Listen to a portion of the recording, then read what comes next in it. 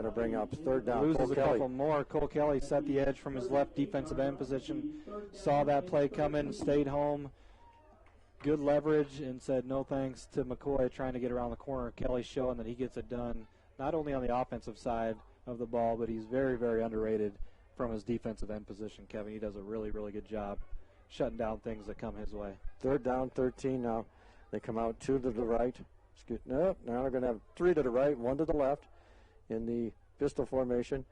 Roller back to pass. He looks out to his left. It's a screen, and it's going to be McCoy. Wow. And he's going to be dropped right at the 40-yard line. Well read by Matthew Francis, stayed home. Now to bring up fourth down and 11 for the Warriors, and they'll be forced to punt. That's a really impressive play, Kevin, because you designed that play. You had trips over here to the near side. You're hoping you get your running back one-on-one and hoping that he can make a guy miss. Matthew able to come up with an excellent open field tackle as it was just him and McCoy and nobody else around for about 20 yards. Great job by Matthew Francis to force the Warrior punt. So back to punt is number 31. And he gets it off. It's a line drive, and it's going to be taken by Walk at about the 15-yard line, up over the 20, 25. Spins out of a tackle. He's up over the 35 to the 40, 45, 50. Into Warrior territory and down to the 38-yard line. The Eagles will start in good field position to start this drive as they have a negative net punt on that one. About a 48-yard return there by Braden Walk, who picked it up off the bounce. And a lot of times the key with a good return is you got to make that first or second guy miss on your own. He showed a little spin move on the far side at about the 30-yard line, then was able to get up this far side in front of the Eagle bench and set up West Hancock with a first down inside of Warrior territory. And we are back live on the live stream. Connection is still not great, but if you want to join in, you may be able to pick up a few things through the pixelation. First attempt for the Eagles. They give it to Matthew Francis off the right side. He's around the corner and up to about the 29-yard line. Let's see where they mark it here. We're going to call it the 29-yard line. Nice gain on first down from the 38 to the 29. So, if we can keep this connection here, Kevin, this is better than anything we had in the pregame. So that's actually the 31-yard line. I apologize for that. It's going to bring up second down and about 3, and they're going to give it to Cole straight ahead. He's got first down yardage as he plows his way down to the 25-yard line. So a gain of about 5. Almost 6 there for Cole Kelly. As it looked like he was going to be stopped pretty short, but he was able to drag some defenders with his strength and physicality and pick up a first down. 5:49 to go here, first period. West Hancock leads 7-0 over the Warriors of Alta. We are in Alta if you're just joining us. West Hancock's opening drive resulted in a touchdown for Cole Kelly, and this time they're going to give it to Kane Sewell off the left side. He's got room to run. He could go. He bounces off a tackler at the 10-yard line and is brought down at the 6-yard line. It'll be a first and goal for West Hancock. Gain of 19 there for young Kane Zool, and he's off to a good start. His first carry went for 13, and his second went for 19. That's 32 yards, Kevin. Quick math. 16 yards a carry isn't bad for Kane Zool. Getting her done in the up front again tonight. As the Eagles come out, wing to the left, give it to Cole off the right side, off his right tackle. Osborne and Martinez on that side. Alex DeRoos on the stop for... Yeah, DeRoos did a good job. Yeah, he did. Just kind of stacking up the line of scrimmage there and not really giving Cole Kelly much room to run. Looks like it's going to be marked down somewhere between the 3 and the 4-yard line. With 4:52 to go here in the first period, Eagles come out wing to the left, and they give it to Kane Zool. Kane stuttered, and now ball came out. Yeah, he tried to give a shimmy a guy off, and he dropped the ball. Going to have a loss of a couple of yards on that one. Yeah, that was number 4, Gabe Walters, who did a good job of staying home at his edge position. I believe he's an outside linebacker. He's actually a defensive lineman. Is he a defensive lineman? But he did a good job of getting up there, not over pursuing and able to tackle Zool for a loss. We'll get those linebacker core for you here in just a second for the Warriors as the Eagles come out now. Full house backfield once again. And they're going to turn. They're going to fire it out there. He's got Caden Walk in the end zone. He's open, but he threw it to the wrong shoulder. And that's incomplete. With 4:09 to go, West Hancock now has a fourth down and goal. Yeah. At linebacker core for the Warriors is number 50, Ryan Jensen. He's another senior, 6 foot 210. Number 5, Junior Rodriguez. He's a junior, 5'7", 180 pounds. And then number 31, Levi Sleezer. He's a senior, 6'1", 190. And number 2, Preston McCoy. He's also in the backfield on offense. He's a junior, 5'10", 180 pounds. Going to kick it here, Kevin. So West Hancock are going to try a field goal off the foot of Ben Martinez. And this will be about a 20-yarder. Actually, 23. 22, 23. And we got flags, and I think flags. They may have moved. They may have offside here. And that'll give them be half the distance, or where are we at? It is offside. Let's see where they move it here. I think I might know that guy in the white hat. Yeah, I'll say about that. And it'll be fourth down, and we'll move them a little closer. And this time they're bringing the kick team off, and they're going to bring the offensive back on the field. Yeah, going back to that pass play. Barnes had plenty of time, and Line did a good job. He just misfired there. If he would have thrown it to the kind of the outside towards the back pylon, Braden Walk was more than open, but Eagles are going to face a 4th and goal here from the 3-yard line. Matthew Francis wing to the left. They're going to give it to Cole Kelly off the right side. He walks into the end zone for the touchdown with 4:05 to go here, first period. Cole Kelly takes him in from 3 yards out. And that's for his second touchdown of the night. And the Eagles now leads 13-0 pending the extra point. He's been stacking up touchdowns. How about this stat? I think he leads the state if I'm not correct. 11 touchdowns in the last 3 games. Wow. And that's including tonight's game, which we're not even a quarter of the way through. Ben Martinez on to attempt the extra point out of the hold of Kason Barnes. Here's a snap. Kick is up. Kick is good. It's West Hancock 14. Alta Aurelia Warriors 0 with 4:05 to go in the first period. This is West Hancock football on the home of the Eagles, B103.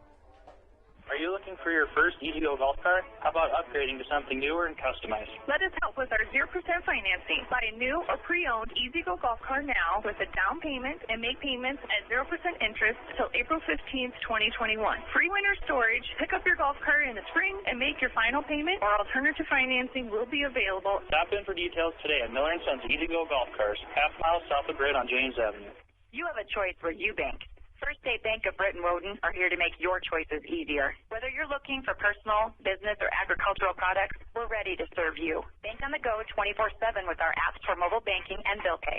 First State Bank of Britton Woden, member FDIC, equal housing lender. We make Hancock County our home. McCluskey Appliance for the best quality, selection, and prices on American-made Amana, Whirlpool, KitchenAid, Maytag, and JetAir appliances. There's only one name to know, McCluskey Appliance. See them in Mason City or Garner and get free delivery and great service after the sale. All right, welcome back, everyone. West Hancock leads this one 14-0 with 4:05 to go in the first period. Ben Martinez got ready to kick this one off, and he hits it end over end, going to drop it right on the 20-yard line, and it's going to be picked up by, let's see who that was there. Cade Meyer, number 6, bringing that back. Tegan Meyer, excuse me. First and 10 now for the Warriors. And they're going to mark the ball. Let's see where they mark it here. I don't even see the ball. Oh, there it is. 21-yard line. So, West Hancock off to a really, really good start for the Warriors here. This is you hate to say it late in the first quarter, but you might be into you got to flip the field score mode, or at least flip the field mode for their offense. And they're going to give it to McCoy, I believe. And he's going to go off the left side up over the 25 to about the just past the 25-yard line, gain of 5 yards on first down. I like that play call there. They run kind of a double dive look. I was just going to say it's a read option double dive. It's a really old school. It's a kind of the old veer option football, and then the quarterback has the option after the second chance for him to give. He has the option to go around the corner. I'd expect to see the quarterback rower pull that ball a few times tonight and try to get around the outside. He looks things over. Now he's under center, turns. He's back to pass for the first time, and he's going to be sacked. It's the first Britfoot center sack of the game, and he's going to be dropped way back at the 15-yard line. Justin Osborne, Cole Kelly, and Matthew Francis all converged on the quarterback, and so that's a Britfoot center sack. And we have our first winner, and that winner is Connie Swanson. You are a winner of a bag of groceries. Compliments of the West Hancock Eagles and the Britfoot Center. So, and it looked, I'm trying to watch the replay here on our live stream. Again, live stream is going to be a little bit sketchy tonight as far as the connection, but it looks like we finally got it to come in somewhat. I believe that was Osborne that got back to him first, and then Kelly helped finish him off. 3rd and 15 now. 2 to the left, 1 to the right. Back to pass is Roller. He fires one out there. It's complete, and then separated from the ball right away is the receiver. It's intended for number 20. That's Caden Stites.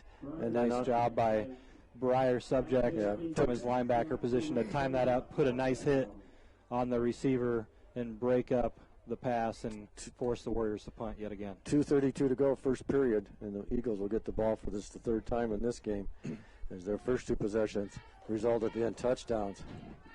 So, standing back on the 40-yard line are Walk and Zool awaiting the punt off of Sleezer's foot. Sleezer gets it off, nearly blocked, and this one's going to be taken by Zool at about the 45-yard line, up over the 50, 45, 40, 35, back to the middle, and then bounced out of bounds on a late hit at the 26-yard line. Yeah, going to be a big return plus the penalty yardage. And Kevin, one thing I want to touch on, how much has our return game with Walk and Zool improved? You know what I see the most is just confidence. Yep. And their confidence to go get the ball, field the ball, and get upfield. They were kind of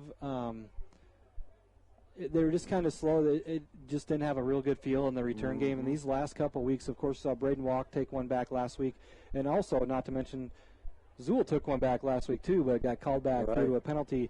Walk and Zool are turning themselves into some really, really nice weapons for this West Hancock football team as this season moves along. And this is a team that's, if from week 1 to right now where we're at in this game in week 5, they have made some vast improvements.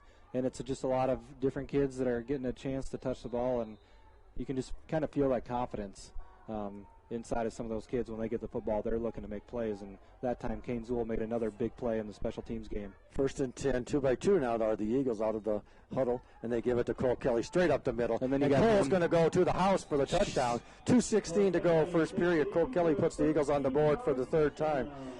From the 13-yard line, Cole Kelly's 3rd touchdown of the game.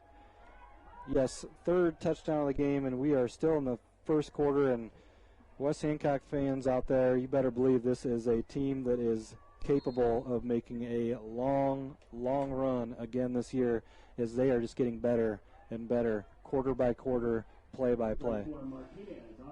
Ben Martinez on for the extra point once again.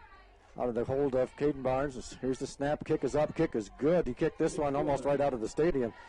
And with 2:16 to go in the first period, it's West Hancock 21, Alta Warriors 0. You're listening to West Hancock football on the home of the Eagles, B103. Go for the win and score savings by combining your home and auto insurance. It's just another way the Brett State Farm team is there to help life go right. Call State Farm agent Jay Hiscock and his team in Brett at 641-843-3563. Break open a new career at Michael Foods of Britt. Health, dental, vision, 401k match, tuition reimbursement, paid holidays, vacation time, and yearly incentive bonus. So break open your opportunity. Apply today at michaelfoods.com. Michael Foods of Britt says go Eagles. Casey Nielsen, your local John Deere dealer. When you believe in your equipment, you stand behind it. That's why you get a 6-year powertrain warranty on any John Deere compact utility tractor that covers both residential and commercial use. Why? Simple. Nothing runs like a Deere. See the limited warranty for John Deere turf and utility equipment at dealer for details. Casey Nielsen Limited in Kanawha.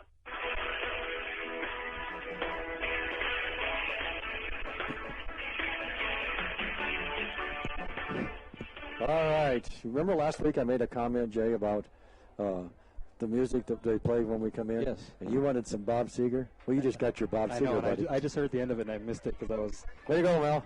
Thank you, Mel. You are the man. Thank you, Mel. I want some Like a Rock. There you Remember go. the old Chevy commercial, Like a Rock? That was a Bob Seger song. Quick score updates for you here, Kevin. Lake Mills, they trail Newman 7-zip early. St. Ansgar over North Butler 14-0. Big one, the biggest one in Class A tonight is Southwind and Wapsie Valley tonight. Southwind leads that 6-0 early. The game that I'm really interested in tonight is Mason City at Webster City. Find out. Mason City moved down to 3A this year, 2-0. We'll find out how for real they are. So Benny Martinez set to kick this one off here. We've got and again, thank you, Chase Eisman, for the scores that he's been feeding us from Iowa City. We're worldwide here, or at least statewide, as far as who were the broadcast. Thank you, Chase, for feeding me some scores. And here's the run up by Martinez. Kick is nice kick, going to go almost over the, drives the receiver back inside this 10-yard line. He comes to the near sidelines, peels through, and he's got one man to beat, and that one man happened to be Kane Zool. And Kane brings him down right at the 30-yard line. Kane saved a touchdown last week on a return, on a kick return, and he does it again this week as the returner looked like he was going to have some open grass to get to, and Kane able to come up with the touchdown-saving tackle. Another score update for you. Lisbon leads Regina down in southeast Iowa, or eastern Iowa, 6-0. That's a top 10 matchup as well in Class A. Single receiver now wide to the right for the Warriors. Royer looks things over. He turns. He's going to keep it himself and run straight ahead and get nothing. Maybe a yard. Actually, they're going to be pretty generous with him. They give him about 2 yards on that carry. They'll bring up 2nd and 8. Still, that's a really tough play to defend, Kevin, when you're giving that veer look and then the quarterback keeps it, but he keeps it tight behind that guy and kind of runs between the guard center gap. And really, the responsibility is the backside defensive line to be able to take that away, and that's exactly who it was. It was Martinez and then Kelly crashing down the line strong to prevent that from being a big play and keeping it to a 2nd and long for Alta Aurelia. And they come out with that same formation, single receiver out wide to the right. That's number 3. We have to catch that young man's name as they try to do a little.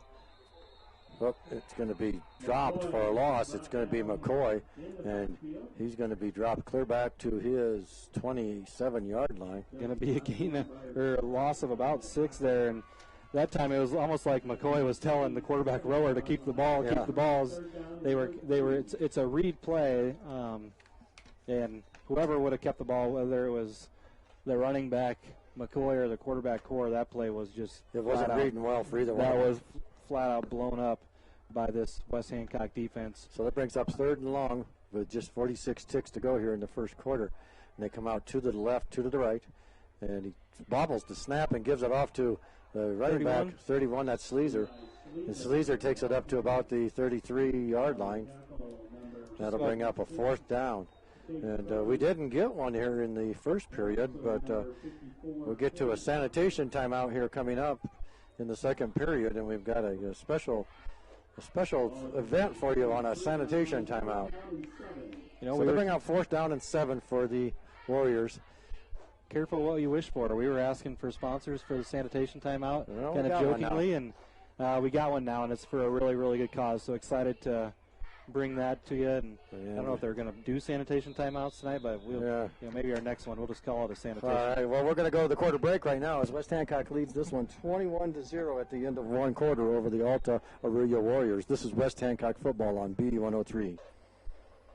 Ewing Funeral Home and Monument Company has been serving the families of North Iowa for decades. We're available 24 hours a day, 7 days a week to help in any way we can. Please feel free to call us at one of our funeral homes or visit our website at ewingfh.com. Ewing Funeral Home and Monument Company at Britt, Kanawha, Clarion, Belmont, and out.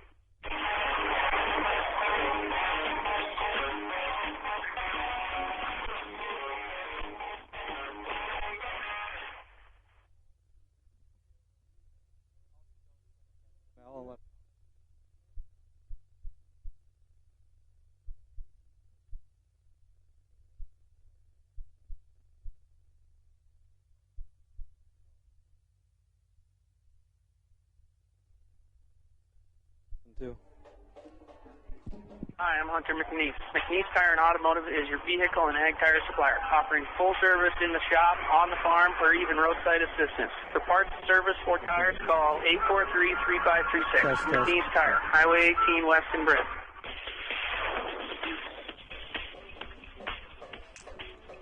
All right, welcome back. Start of the second period. West Hancock leads 21-0 over the Alta Aurelia Warriors. Alta facing a 4th down and 7. in punt formation.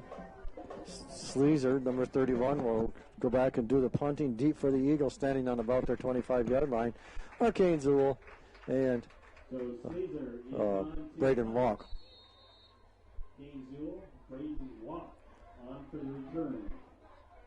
I sent that to him. Whoa, this one blocked.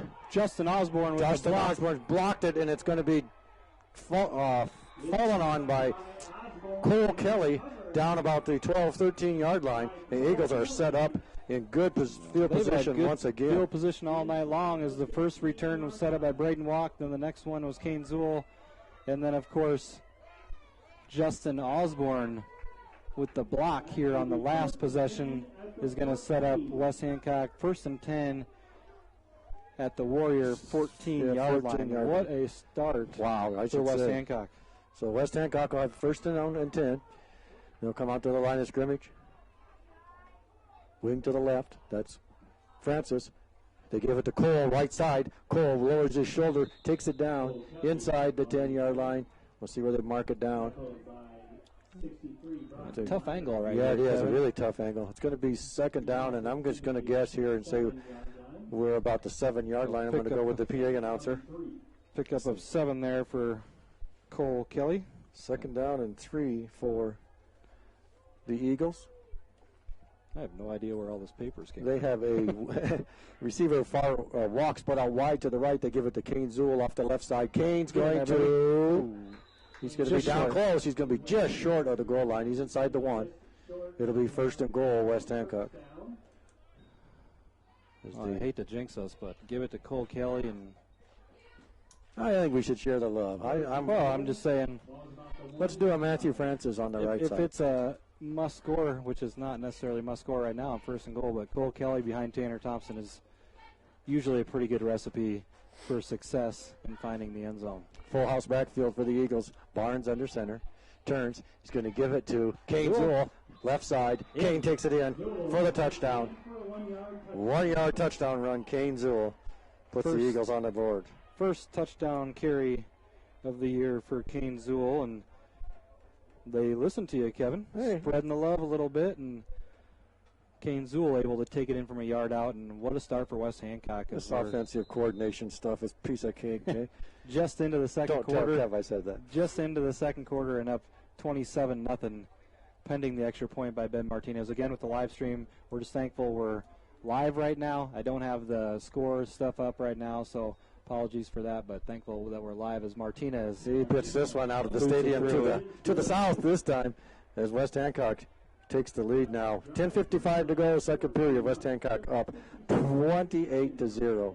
And I think we're going to throw it to what we're going to call a sanitation timeout. There you go. Folks, this past year, Dan Kroll raised over $10,000 for the Sanger Legacy Fund with the record books creation.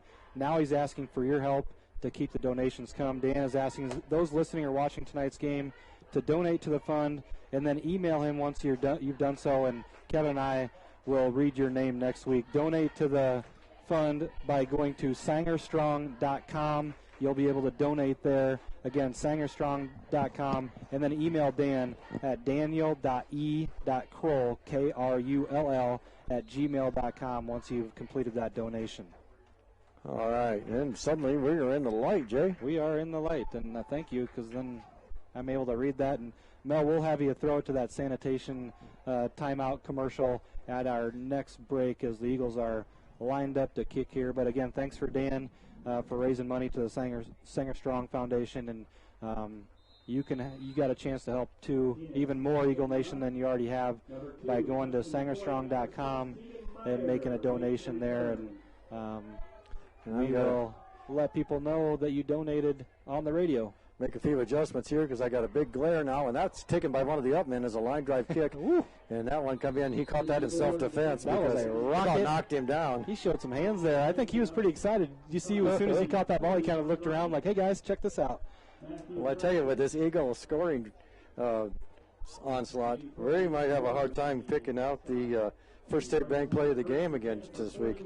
But to just remind you, the First State Bank is, if you're looking for competitive loan rates, checking or savings accounts, CDs, IRAs, First State Bank is your independent, locally managed community bank offering local decisions and advanced online technologies to help you manage your life every step of the way. Visit them online at fsb-brit.com.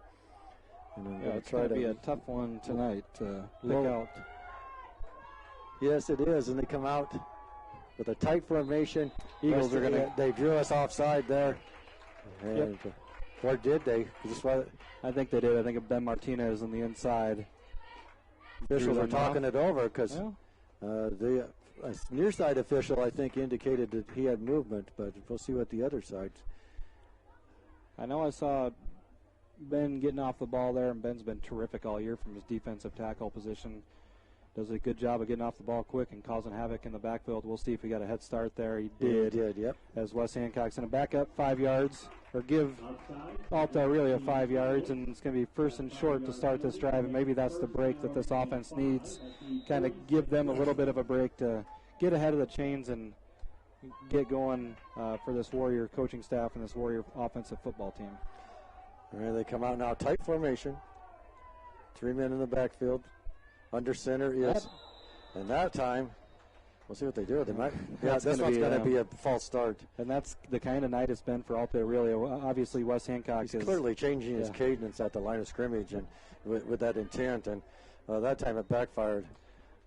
Can't get the first down the easy way. They're going to have to run a play here and get it the harder way, if you will. GHV score update, they're tied with Esterville Lincoln Central 7-7 in the first. Same formation now, and back to pass is Rohr. He's got a man. That's Sleazer. Sleazer has first down before he goes out of bounds.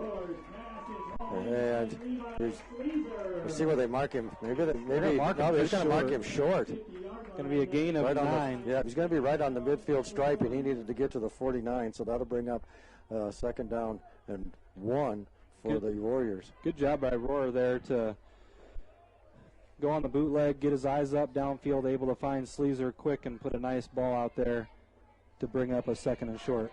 Now they got a single receiver out left. That's number 3. That's Lane Kramer. And he's going to give it to ball's out, McCoy, and the ball's on the ground. I think it bounced right back up to McCoy, if I can see right. I believe you're right. It did, and that's going to be a first down for the Warriors. So 1st and 10 for the Warriors in West Hancock territory for the first time tonight at the 47.5-yard line. And we're going to have, they're just moving the chains here. Now they'll wind the play clock. 1st and 10 at the Eagle 48. 10-18 and counting here in the second period. West Hancock's up 28-0 over the Warriors of Alta Aurelia. Tight formation once again for the Warriors. Roller under center. Long count, and he keeps it himself. Rolls right, is going to go up to about the 45-yard line. Gain of about 2 yards on first down. And that was a broken play, Kevin. Watching the coaching staff here, he missed the handoff, and coaching staff is not super happy right now. But Rohr did a good job of just getting upfield and picking up 2 to 3 yards on that broken play around the right side of the offensive line.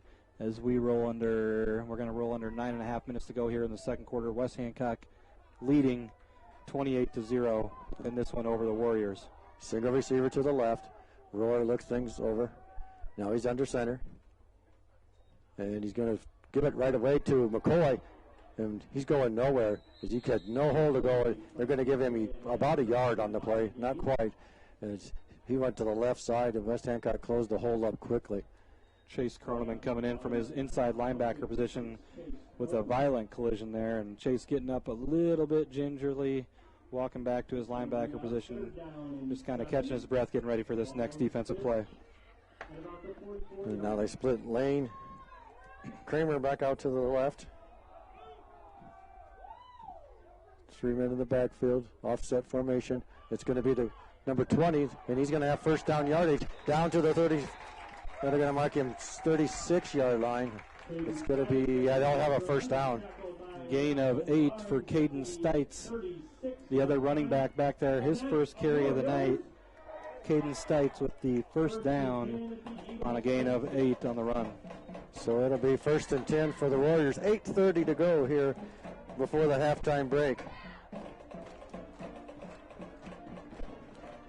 And the Alta Aurelia Warriors will have a first down. They split out Lane Kramer, wide left. Now they put him in motion back towards the formation. And they're going to give it to McCoy. And ooh, nice move. He gets out of a tackle. He's got room to run. He could go to the house here.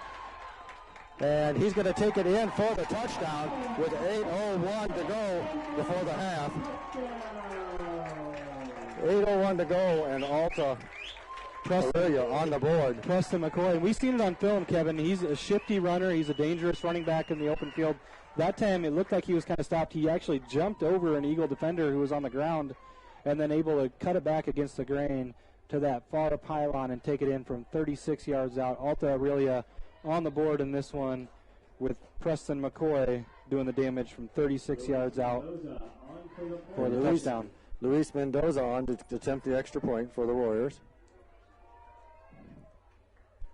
And there's flag before the play, as I'm not sure if someone was moving or if we just jumped the gun, we being the West Hancock Eagles, but there were several men in the white, and it's going to be offsides. They're moving half the distance. I'll tell you what, I got to give credit to McCoy there after watching this replay on the live stream. That was an impressive run. He showed some elusiveness after about 2-3 yards. That play was kind of blown up, and there was bodies kind of laying all over the place. He was able to juke and jive and jump his way and they're going to bring to the end zone. They're going to bring Mendoza, sorry, Jay. They're going to bring Mendoza off and to go for 2 here on this extra point attempt now. They brought the offensive unit and Roar back on the field with 8:01 to go here before the halftime break. They split Kramer out wide to the right. They're going to give it on a little end sweep to McCoy, and McCoy is going to get brought down by Kane Zool, and the extra point will be no good, and this will be West Hancock 28 and the Alta Aurelia Warriors 6. 8:01 to go, first half. This is West Hancock football. Oh, excuse me, there's a flag. And almost to our first sanitation. Yeah, and we will have the flag will be just, it was on Alta, it'll be declined by West Hancock. So West Hancock leads 28-6, 8:01 to go, first half. This is West Hancock football, B103. The sanitation timeouts are sponsored by Dan Kroll, board member of the Sanger Legacy Fund. Dan is challenging you, those that are listening to tonight's game, to donate any amount to the Sanger Legacy Fund. Anyone who donates before next Friday's game will be acknowledged on air. Please message Dan or email daniel.e.kroll@gmail.com when you have donated. To donate, go to Mankato Area Foundation website and search for Bob and Linda Sanger Legacy Fund to donate. Go Eagles! That's daniel.e.kroll@gmail.com.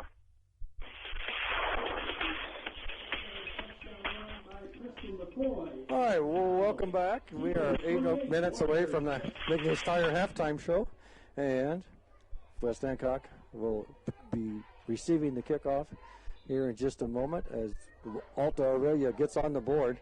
They trail 28-6. To the West Hancock Eagles. You're looking at scores here, my friend. Quick score updates. Thanks, Zarin and Chase, Zarin Eggestal and Chase Eisman. Lake Mills leads Newman 14-8 now. Excuse me, Newman leads Lake Mills 14-8. Big one in Class A. Southwind leads Wapsie Valley 12-0, and another big one in Class A. Lisbon leads Regina 12-7. We'll get you all the area scores that we can at halftime, and of course, stay tuned to the Radio Iowa show. Men's kick is a short one, and it's fielded up front by Justin Osborne, I believe. Very heady play by Osborne there. You see, he called for the fair catch, actually.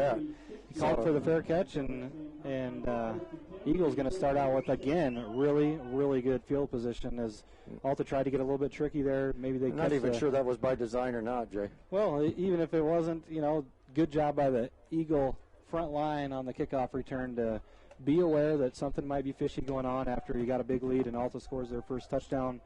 They got to do some things to get back in this game. They're going to have to have some breaks or some turnovers go their way.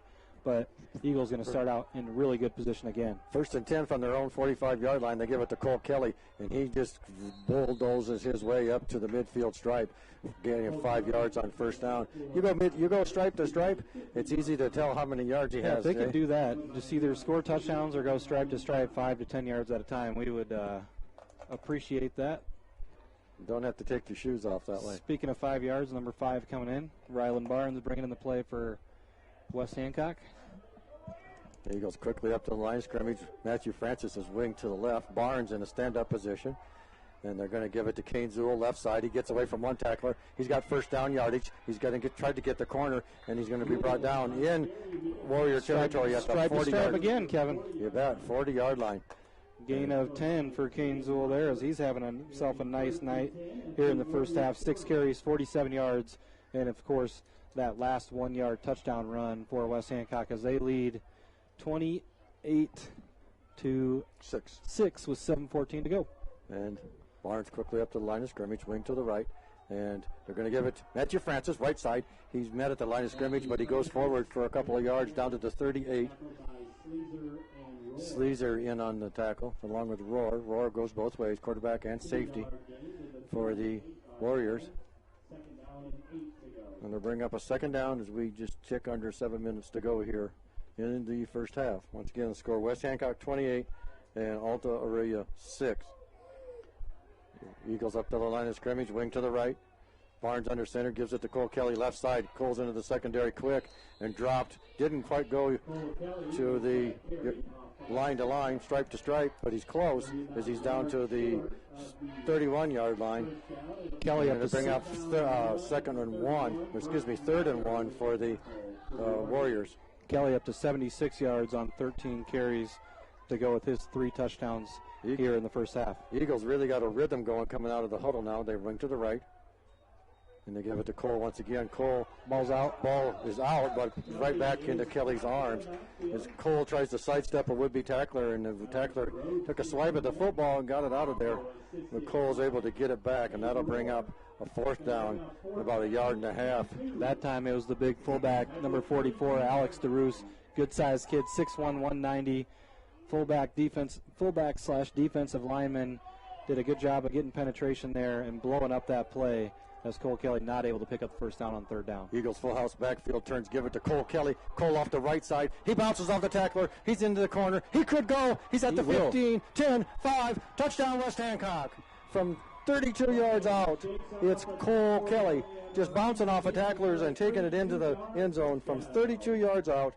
His 4th touchdown of the night. Wow. What can you say? It's hard to give any more descriptions about Cole Kelly and what he's done these last 3 weeks. As 2 weeks ago against Garrigan, he went for 4 touchdowns in the first half. Last week he goes for 5 touchdowns in the first half. And then tonight he's up to 4 touchdowns again in the first half. Kevin, I don't know how many that is. I believe that's 13 touchdowns in 3 halves of football in the last 3 weeks. Ben Martinez on for the extra point. Kick is up. Looks good from here. Official says it's good also. And it's West Hancock 35, Alta Aureila 6 with 5:26 to go before the McNeese Tire halftime show. This is West Hancock football on the home and away voice of the West Hancock Eagles, B103. Do you know all of the features and benefits of digital banking? First Citizens Bank is here to help with a digital checkup. Call us at 800-423-1602. A personal banker will be happy to discuss all of the features available. Get your digital banking checkup from First Citizens Bank today. Hi, this is Ben from the Hobnob in Britt, and we're cooking up all of our Eagle favorites like the Iowa Steak Sandwich, the Honey Barbecue Burger, Dirty Bird, or the Hot Mother Clucker. Try our famous duck wontons or corn dip. Come experience the Hobnob in downtown Britt. See our full menu and daily specials on Facebook or call 641-843-0508. Go Eagles!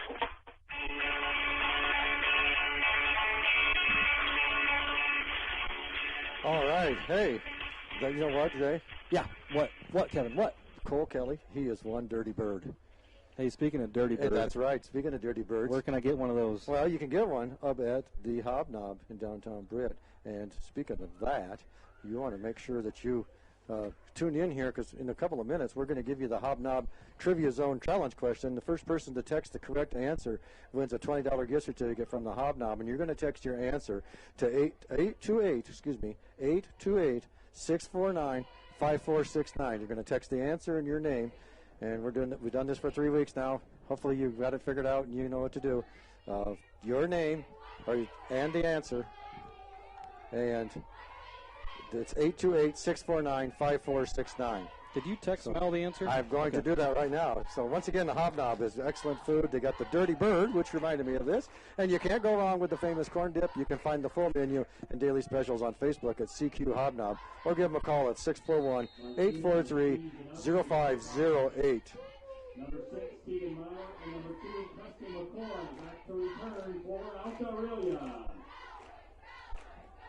We may have to give that trivia question here on this possession, Kevin, as this half is down to 5 minutes left. And it's in and out of the hands of the would-be receiver. The kid, McCoy, he picks it up at about the 7, and he's done nowhere to go. Kane Zool drops him right at the 10-yard line. They'll start deep in their own territory with 5:18 to go. Tell you what, Kevin, I love having a lot of wrestlers on your football team because they are good open field attackers. That time, Kane Zool, a terrific wrestler, showing off his wrestling skills in the open field, able to drop McCoy for a short one on the kick return, and Alta are really going to start this drive deep in their own territory at just inside the 10-yard line.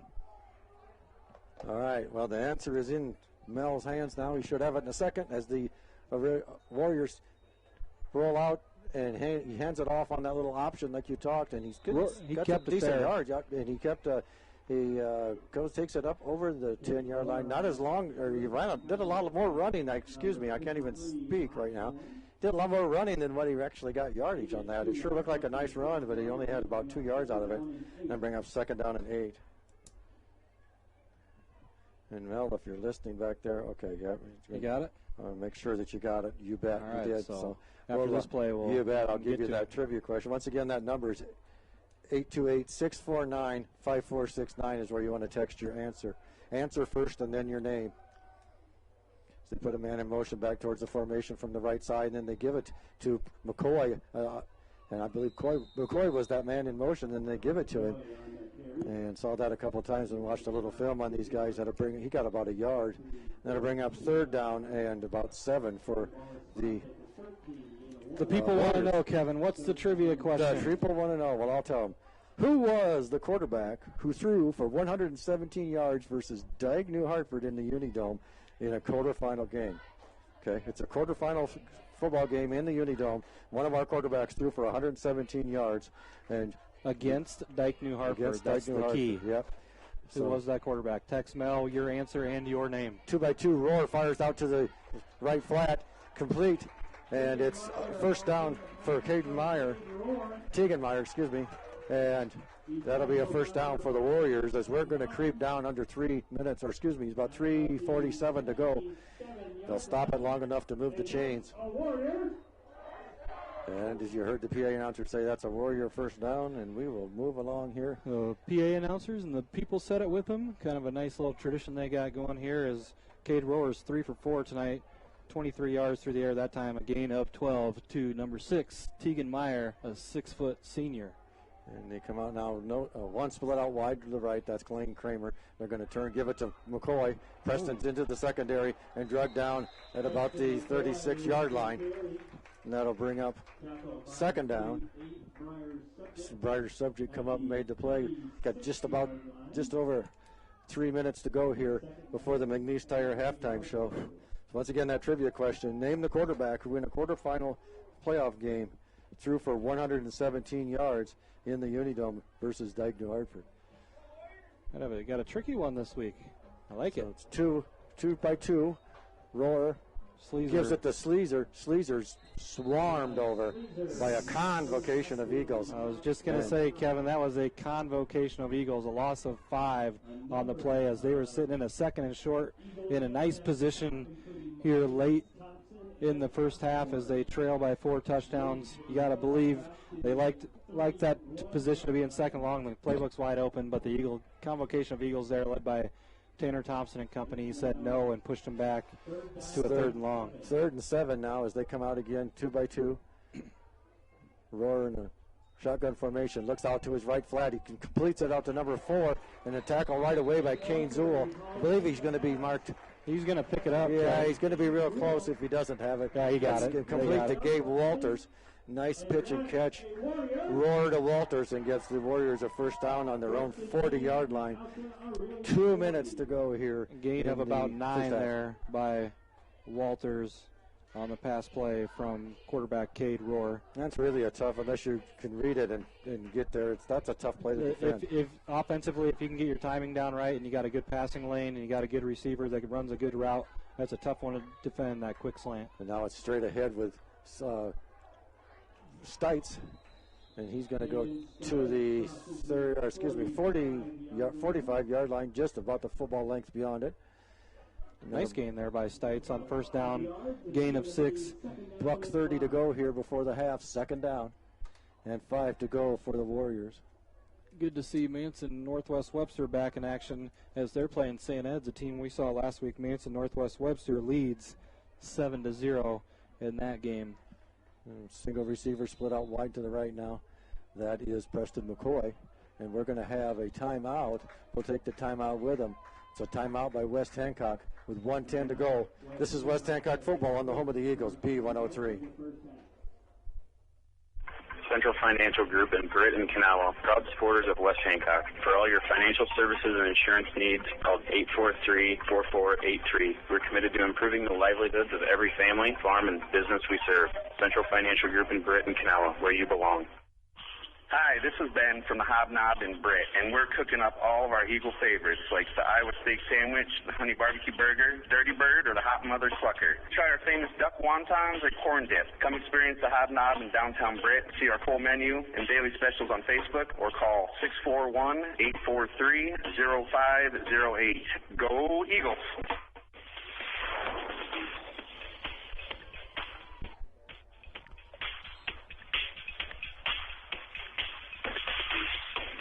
Well, welcome back, everyone. And as we come back, we come out of a commercial break, and we're speaking about the Hobnob, and lo and behold, we have a winner of the Hobnob Trivia Contest. The winner is Mike Hilbert. Mike Hilbert, you're the winner of the Brit Hobnob, or the CQ Hobnob Trivia question. We'll give you the winning answer here in just one moment as the Warriors are ready to run a play. Single receiver split out wide right, that's McCoy. And little movement up front, and this time I think the Eagles are going to give them an easy first down as we jumped off sides, or did we? Yep, we did. Yeah, okay, so the man in the white hat is going to call an offsides. That's the correct call. Okay, so who's the winner?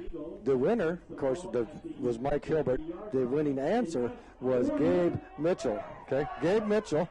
It was the quarterback who, against Dyke New Hartford, threw for 117 yards in the Unidome. That was a quarterfinal playoff game.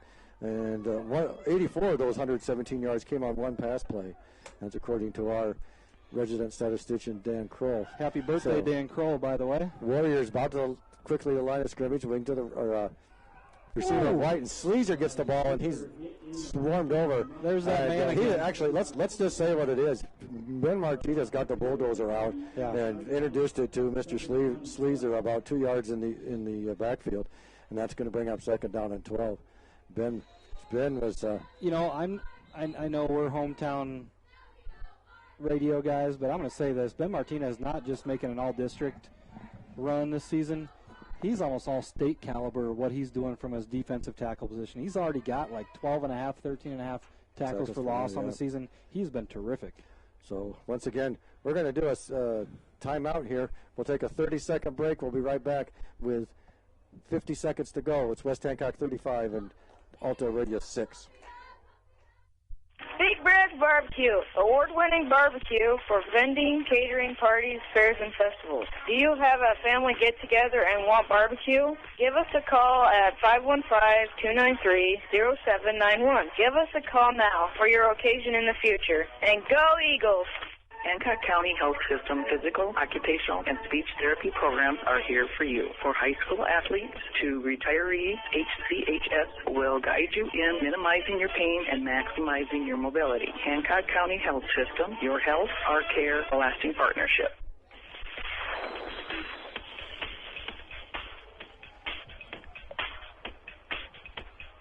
All right, we're back, and the Warriors are 2-by-2. Roar back to pass, rolls out, looks to his right, flips it out there, and it's complete to number 20. That's Caden Stites, but he's dropped at the line of scrimmage.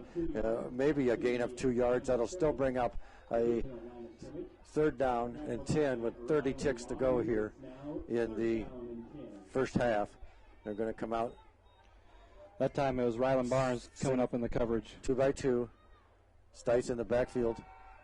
Roar fires it out there, complete to Preston McCoy, and he's going to be brought down at the 44-yard line, and it'll be a timeout by the Warriors. I believe that's their final timeout, if I'm not mistaken. I can't see it. There's a pole in the way, but let's move the pole, Kevin. Yeah, we're going to keep it right here for that this time. one. Roar did a good job. That was actually Lane Kramer, number 3, coming up with his first reception, a 6-foot junior. I thought that it was time Preston McCoy. McCoy was out in the flat and Roar able to hit Kramer, who lined up in a slot position on the near side, and bring up a 4th and 4 or 5 yards? Yeah, it's about 4. And got to believe they got to go for it here, being down 4 touchdowns here late. 19 ticks to go before the halftime break. In the first half, West Hancock they got all 3 timeouts left, Kevin? They do. 2.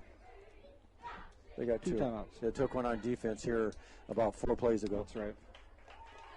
And Roar showing that in the quick passing game he's able to get things done, as he's been really accurate. Yes. 6 completions tonight, 6 of 7 through the air tonight for Roar. Not so much, though, when he's under center and drops back. Exactly. 6 for 7, 48 yards for Roar, and doing it by hitting 6 different receivers, Kevin. They come out 2-by-2.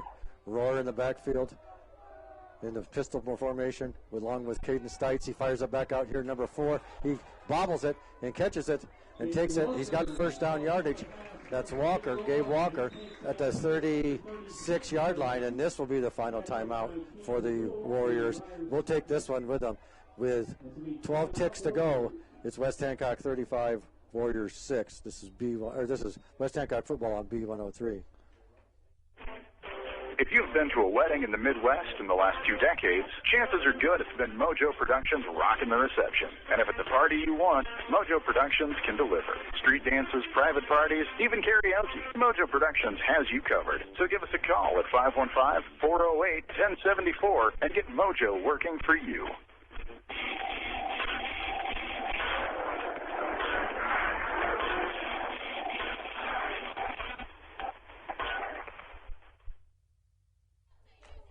All right, welcome back.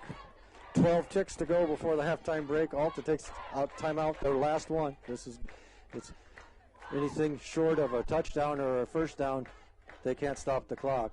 So 2-by-2 they are. Roar in the backfield. Caden Stites to his left.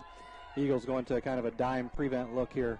He looks Roar under some pressure. He fires it out there, complete to McCoy. And McCoy. Gain of about 8 on the play. About 8, but they're going to run out of time here because there's the clock. And, yeah, there's going to be a false start. Going to be an offsides, I believe. I don't think Hancock, so. Maybe. No, because if they Roar double clutched when he was under center. If it's against us, it's going to be a free play for them after a 5-yard walk-off.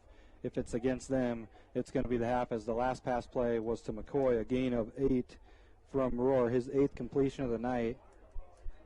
McCoy on the reception there right before the half, and then the Warriors are sprinting up to the line with no timeout, sprinting up to the line to get the play. And they're going to go with the offsides against the Eagles, and they apparently either didn't see or it didn't matter. Maybe we were offsides already at that point. But West Hancock will give them a free untimed down here. And West Hancock going to go with 3 down linemen, 3 safeties deep. Zool moves back to almost a safety, kind of a quarters coverage look maybe, or cover 3 look, because Zool, Red Iceman, Braden Walk back deep, kind of standing on the goal line. And then Rylan Barnes and Briar Subject are lining up at the cornerback position. 2-by-2, Roar under pressure right away. He's going to be flushed out of the pocket and run, and he's going to be dropped short. In the end zone. He makes it in. He takes it in from 35 yards out on a quarterback keeper after he gets flushed out of the pocket by Cole Kelly. And the Warriors are on the board to go into the halftime break. So with no time on the clock, it's Roar. Great elusiveness there by Roar, as Kelly, you said it, Kevin. Kelly got really good pressure on Rohr, and he made the quick decision that he was going to tuck it. He saw a lot of green grass in front of him as the Eagles were playing deep in a prevent coverage, and then he was able just to make a couple guys miss and then fight through a tackle at the goal line and stretch the ball over the goal line to get in the end zone for 6 as Alta Aurelia puts their second touchdown on the board here with no time left in the first half. They now trail 35-12 pending the extra and they're point. going to go for 2, as you might well expect, as Rohr in the backfield in the pistol formation puts Stites in motion, rolls him out to the right. He throws it short to Stites. It's incomplete, and we'll go to the halftime break. West Hancock 35 and the Alta Aurelia Warriors 12. We'll take a little break here, and we'll come back with the McNeese Tire halftime show. This is West Hancock football on the home of the Eagles, B103. Sense Seed and Services in Britt, your local Pioneer team. Pioneer brand soybean varieties are raising the bar on yield and pushing those yields even higher with local knowledge, services, and support. So make the most of every acre with Pioneer brand soybeans and premium seed treatments like Elevo. Sense Seed and Services in Britt and Pioneer, with you from the word go. Britt Food Center is our locally owned hometown grocery store featuring the best cuts of quality meats, fresh produce, deli, and bakery items. Check out our weekly specials at BrittFoodCenter.com. Jackie, myself, and our staff at Britt Food Center appreciate your support and wish our Eagles good luck. Swenson's Do-It-Best Hardware in Britt. Get thousands of handy items like Traeger grills, WeatherTech products, housewares, tools, plumbing, electrical, and building materials, as well as Valspar, medallion, and pristine interior-exterior paint. Good luck, Eagles, from Swenson's Do-It-Best Hardware, downtown Britt, serving Britt and the surrounding area for over 40 years.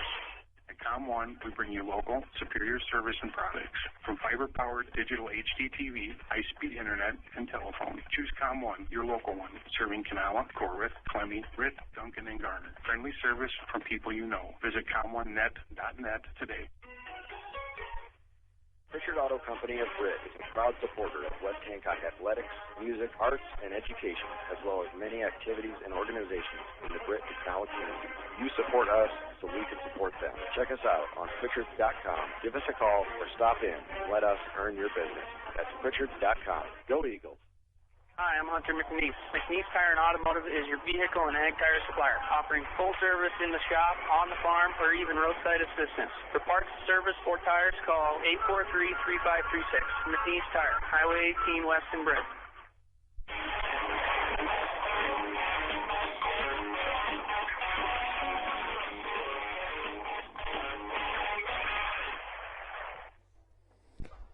All right, welcome back, everyone, to the McNeese Tire and Halftime Show. McNeese Tire is your halftime show sponsor. See them for all your vehicle, semi-truck, and ag tire needs, parts, and service. They're conveniently located a mile and a half west of Britt on Highway 18. Give them a call at 843-3536 or check them out online at McNeeseTire.com. I know a busy time of year for Brent and everybody out there at the McNeese Tires. They keep the farmers on. And by the way, farmers out there listening tonight on your radios, stay safe. Make sure you're keep yourself well rested and keep at it, but be safe, and keep that equipment cool. Yes, and it's really, really dry out there, and already had a couple of fires in the area, so you don't want to have any equipment burning up.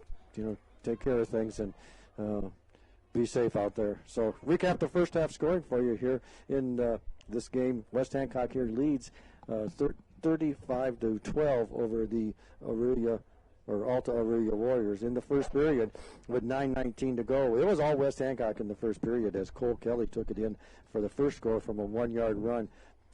Ben Martinez kicked the extra point. West Hancock up 7-0. Then again in the first quarter it was 4:05 on the clock this time, and it was Cole Kelly again, last time from 3 yards out. And Ben Martinez also kicking the extra point, put the Eagles up 14-0 at that point. And then with 2:16 to go in the first period, West Hancock opens this thing up a little bit with a 13-yard run by, you guessed it, Cole Kelly. And Ben Martinez comes on, kicks an extra point, 21-0, favor of West Hancock. And then early in the second period, it was Kane Zool getting on the board for West Hancock, 10:55. It was a 1-yard run. Ben Martinez once again kicks the extra point, 28-0 in favor of West Hancock at that point. Then in the second period, Alta Aurelia gets on the board with 8:01 to go. It was Preston McCoy on a 36-yard run, and the two-point conversion was no good as Kane Zool came up and took the feet out from underneath McCoy, dropped him for a loss on the point after attempt. Then with 5:26 to go, Cole Kelly answers back on a 32-yard run. That was on a 4th down and 2. West Hancock lines up to go for it, and Cole Kelly bounces off a tackler at the line of scrimmage. He was actually stopped shy of the line, yard to gain, and bounced off a tackler, kicked it outside, and went to the house from 32 yards out. And Ben Martinez put the extra point right down the center and into the next county. And it was 35-6 at that point in favor of West Hancock. And then, with no time on the clock after a penalty, Cade Rohr on a 35-yard scramble from his quarterback position takes it to the house to give Alta Aurelia their second score of the night. The two-point conversion was incomplete, and that brings us to our halftime score, 35-12 in favor of your West Hancock Eagles. And Jay, I know you've been working on some stats over here. Some stats and some scores, and you talked about Ben Martinez kicking it into the next county. We're in Buena Vista County right now? Actually, yes, we are. What is the county to the south of us here? You give me about 10 seconds. I just looked it up on the map, so I know.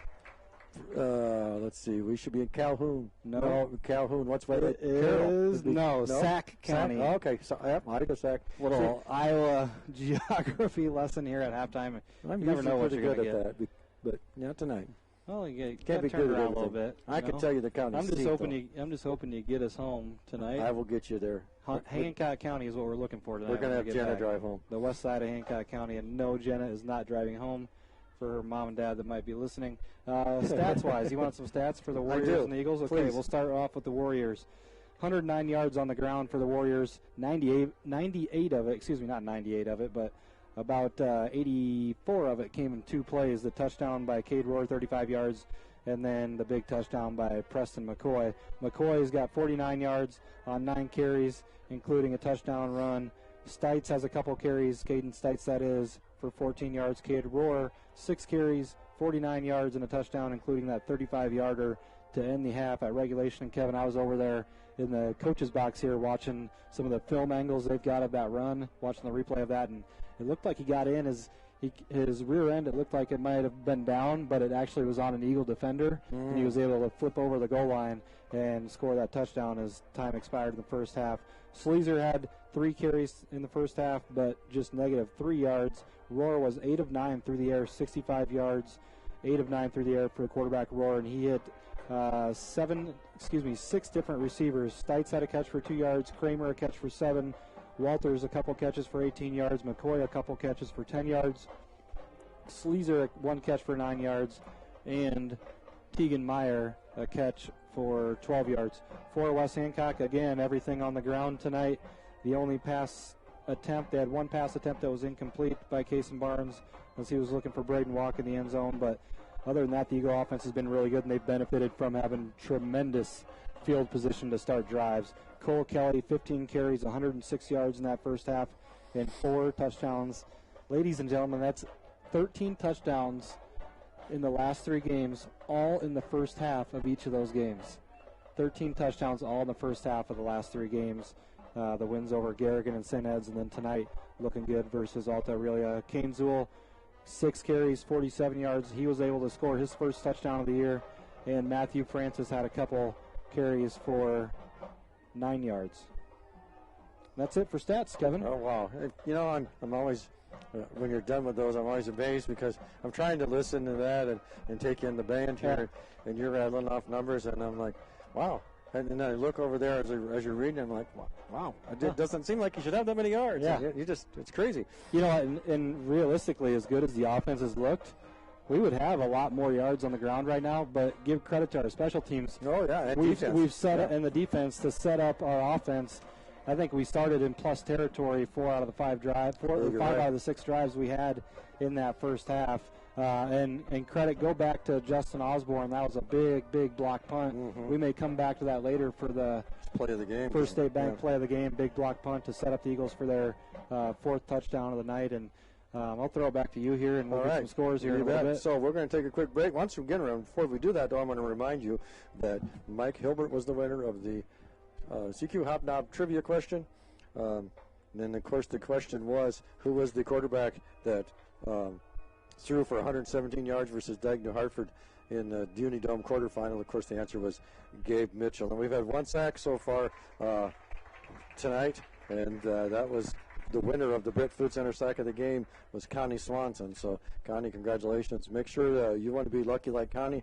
And when the Eagles record a sack, you want to get in there and record or get your name registered for the Britt Food Center sack of the game. That's every Friday between 8 and 4:30. And then while you're at it, when you're done there, just head on up to the Hobnob and get yourself a Dirty Bird or whatever you want off the menu. Just check them out. Give them a call at up there at the Britt Hobnob, or excuse me, CQ Hobnob. I'll get it right yet. 641-843-0508. Give them a call. Check out the menu or the daily special on Facebook at CQ Hobnob. And so once again, our halftime score here, 35-12 with 5:30 to go here before we come back to the second half. This is West Hancock football on the home of the Eagles, B103. This is Jason Barnes, and this is Rylan Barnes, letting you know that H&R Block is a proud supporter of West Hancock Athletics. Please call them for all your income tax, bookkeeping, and payroll needs. Algona, Garner, or Forest City. Say the Barnes boys sent you.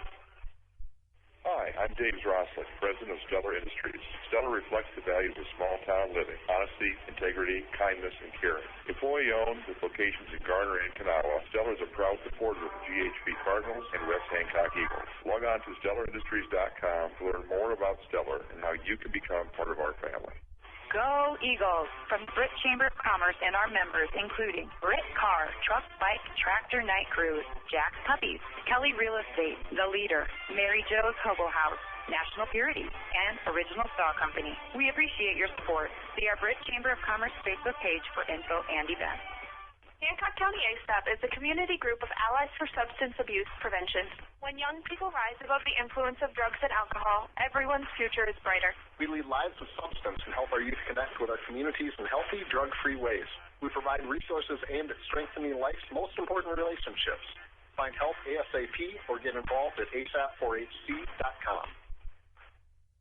Hi, I'm Hunter McNeese. McNeese Tire and Automotive is your vehicle and ag tire supplier, offering full service in the shop, on the farm, or even roadside assistance. For parts, service, or tires, call 843-3536. McNeese Tire, Highway 18 West in Britt.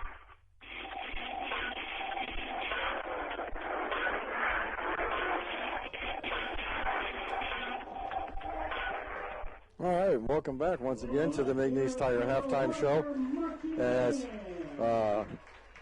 McNeese Tire is your source for all vehicle, semi-truck, and ag tire needs, parts, and service. They're conveniently located a mile and a half west of Britt on Highway 18. They sponsor the halftime show tonight and every night. Give them a call at 843-3536 or check them out online at McNeeseTire.com. And I'll also remind you about the First State Bank play of the game sometime here in the second half. We will call what we believe would be the First State Bank play of the game, where community matters, whether you're looking for competitive loan rates, checking or savings accounts, CDs, IRAs. First State Bank is your independent, locally managed community bank. They offer local decisions and advanced online technologies to help you manage life every step of the way. Visit them online at fsb-brit.com. And I know we've got some score updates for us here, Jay. A couple of big games. What have we got with that Wapsie Valley Southwind game? Wapsie Valley Southwind at last report, and Chase Eisman, you can give me a text if you've got any update, but last score report was Southwind shutting out Wapsie Valley 12-0 in the first half. You know, and you and I talked about that one. You thought that one might go the other way. Yeah, and you alluded to it, Southwind. Last year they were spreading it out and throwing it all over the field, and they had a really good quarterback this year. They changed their offense a little bit and running more of a flex bone offense, and coming right now it looks to be working well as Wapsie Valley ranked number 5 in the Radio Iowa poll. Southwind ranked number 6. I'm not sure where that game is being played, if that was at Southwind or was it at Wapsie, but I think it's at Wapsie, but I'm not 100% certain of that. Again, that score tonight, Southwind leads 12-0. Another Class A team that's ranked ahead of West Hancock losing in the first half. Edgewood Colesburg, they trail 14-0 as they are playing North Lynn tonight. Okay. Regina and Lisbon is another top 10 matchup. Regina leads that one 21-12. Mason City trails Webster City 14-0. Algona and Iowa Falls Alden matching up tonight, as Cherokee was supposed to be Algona's opponent tonight. Because of COVID, that game got canceled. Algona leads Iowa Falls Alden 14-6. GHV trails Esterville Lincoln Central 19-14.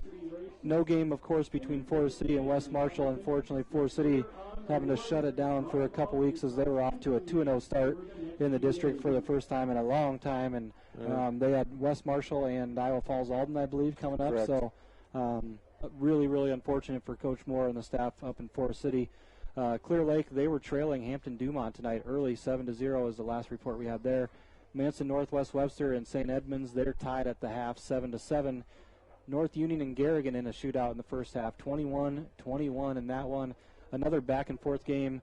Lake Mills and Newman. Newman leads that one now. They're kind of breaking this one open if this score is still true.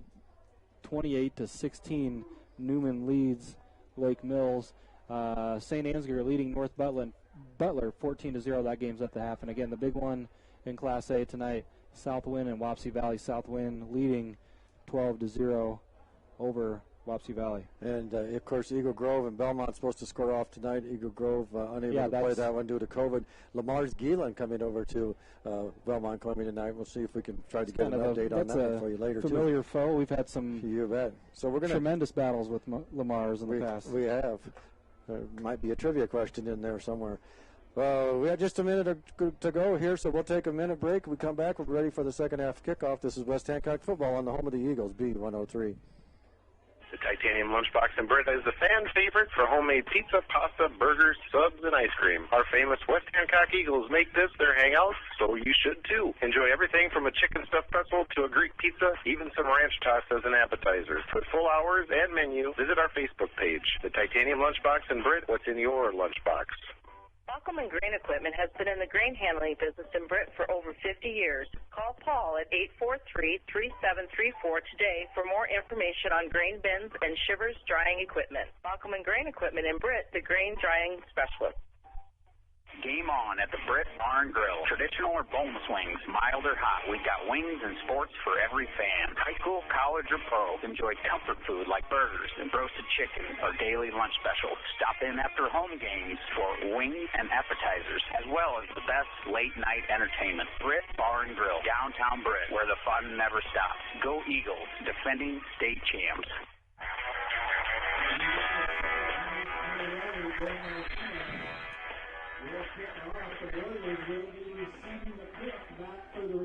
All right. We're ready to start the second half as Ben Martinez is going to kick off to the Warriors. The Warriors won the toss and elected to defer. Here's the kick. It's end over end, trailing off towards the far sideline, picked up about the 15-yard line by number 6. And I'll get his name here in just a second as he brings it up, and it's swarmed over at the 20-yard line, and that is Tegan Meyer.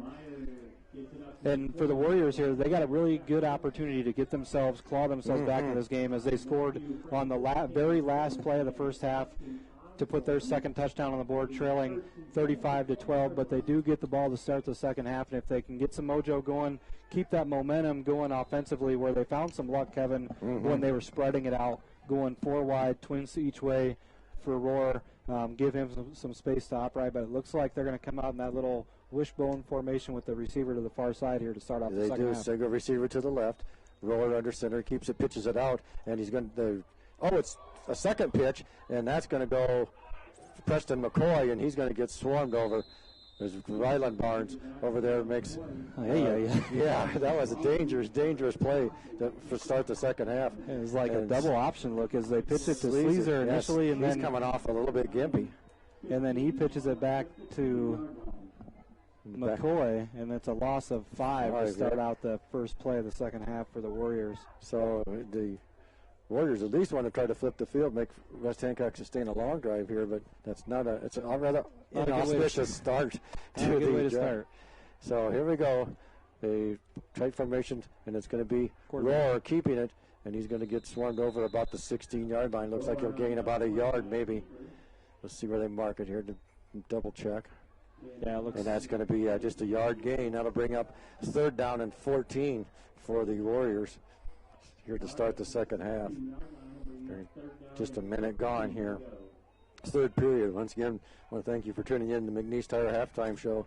McNeese Tire is located a mile and a half west of Britt on Highway 18. Give them a call, 843-3536, for all your tire and parts needs, whether they're ag-related, your car, your semi-truck.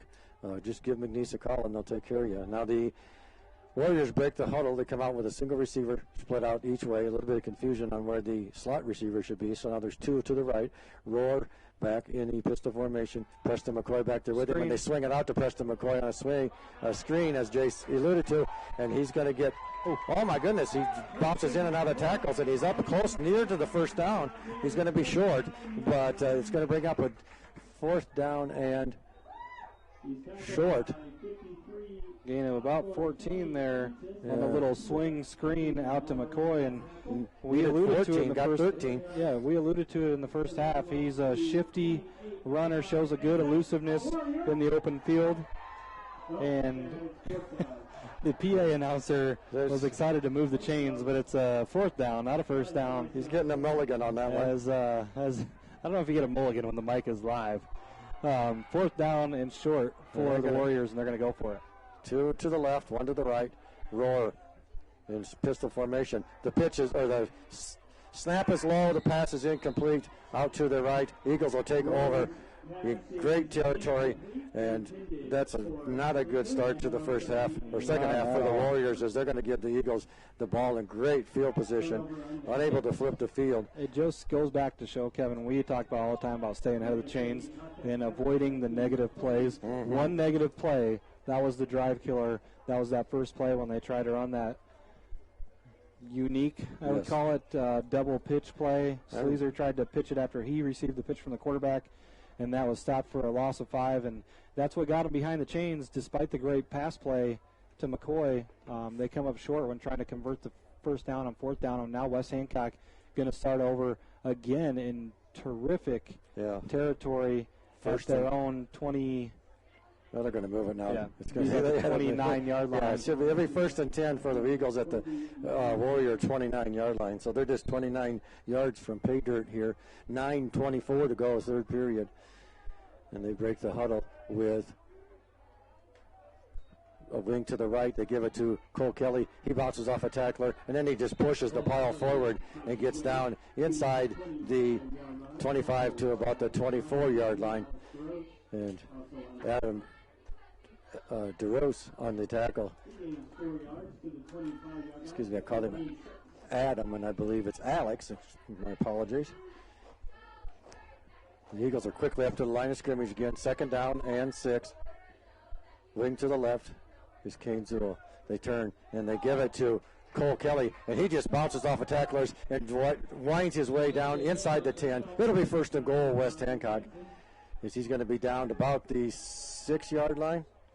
I would say so. Gain of 19 for Cole Kelly as he goes up to 129 yards on the night, Kevin, on 17 carries. He meets opposition right at the line of scrimmage and then bounces off it to the left and then just spins out of a tackle and keeps going forward. As the Eagles come out now, wing to the left. Barnes under center, turns. He's going to give it to Cole Kelly. Cole's going to take it into the house. This time from 6 yards out, it's a Cole Kelly touchdown. Cole Kelly's 5th touchdown of the night. This time from 6 yards out as the Eagles take control of this one again in the second half. They now lead 41-12, pending the Benny Martinez extra point try. Kevin and Ben, I'm not going to jinx him, but... no, I just thought you would say it, Jay. Just keep still. He's doing well. Yeah, he's doing well. Got to entertain ourselves a little bit up here when we're in a 42-12 game. And just going to shorten it up a little bit as we're going to have a penalty here. And I believe it's going to be offside on the defense. Oh, no, we're going to back the Eagles up 5. So. Real quick, Kevin. So some people are asking to make sure we say the score that are watching the live stream now. We had to reset everything on the live stream, so the scoreboard is not up there. Correct. The scoreboard graphics and that are not up there. So, again, 41-12, West Hancock with 8:31 to go. Yep. We're 8:31 in the third period, and Ben Martinez is on the attempt to point after from 5 yards further back. The snap is good. The kick is up, and this one is going to be no good. Way to go, Jay. So, with 8:31 to go, it's West Hancock 41. I'm sorry, Ben. And the Alta Aurelia Warriors 12. This is West Hancock football on the home of the Eagles, B103.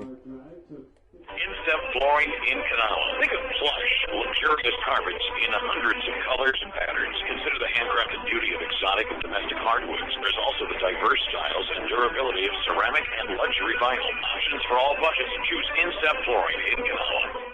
Hi, I'm Levi, and I play for the West Hancock Eagles. My Grandpa Bill at the Cowboy Shop has been dressing Eagle fans for over 50 years. Get a great deal on men's, women's, and children's West Hancock shirts, hats, hoodies, and coats, plus Viking and Packers gear, Iowa State, Iowa, and UNI apparel, as well as Skechers footwear. Shop the Cowboy Shop downtown Grid.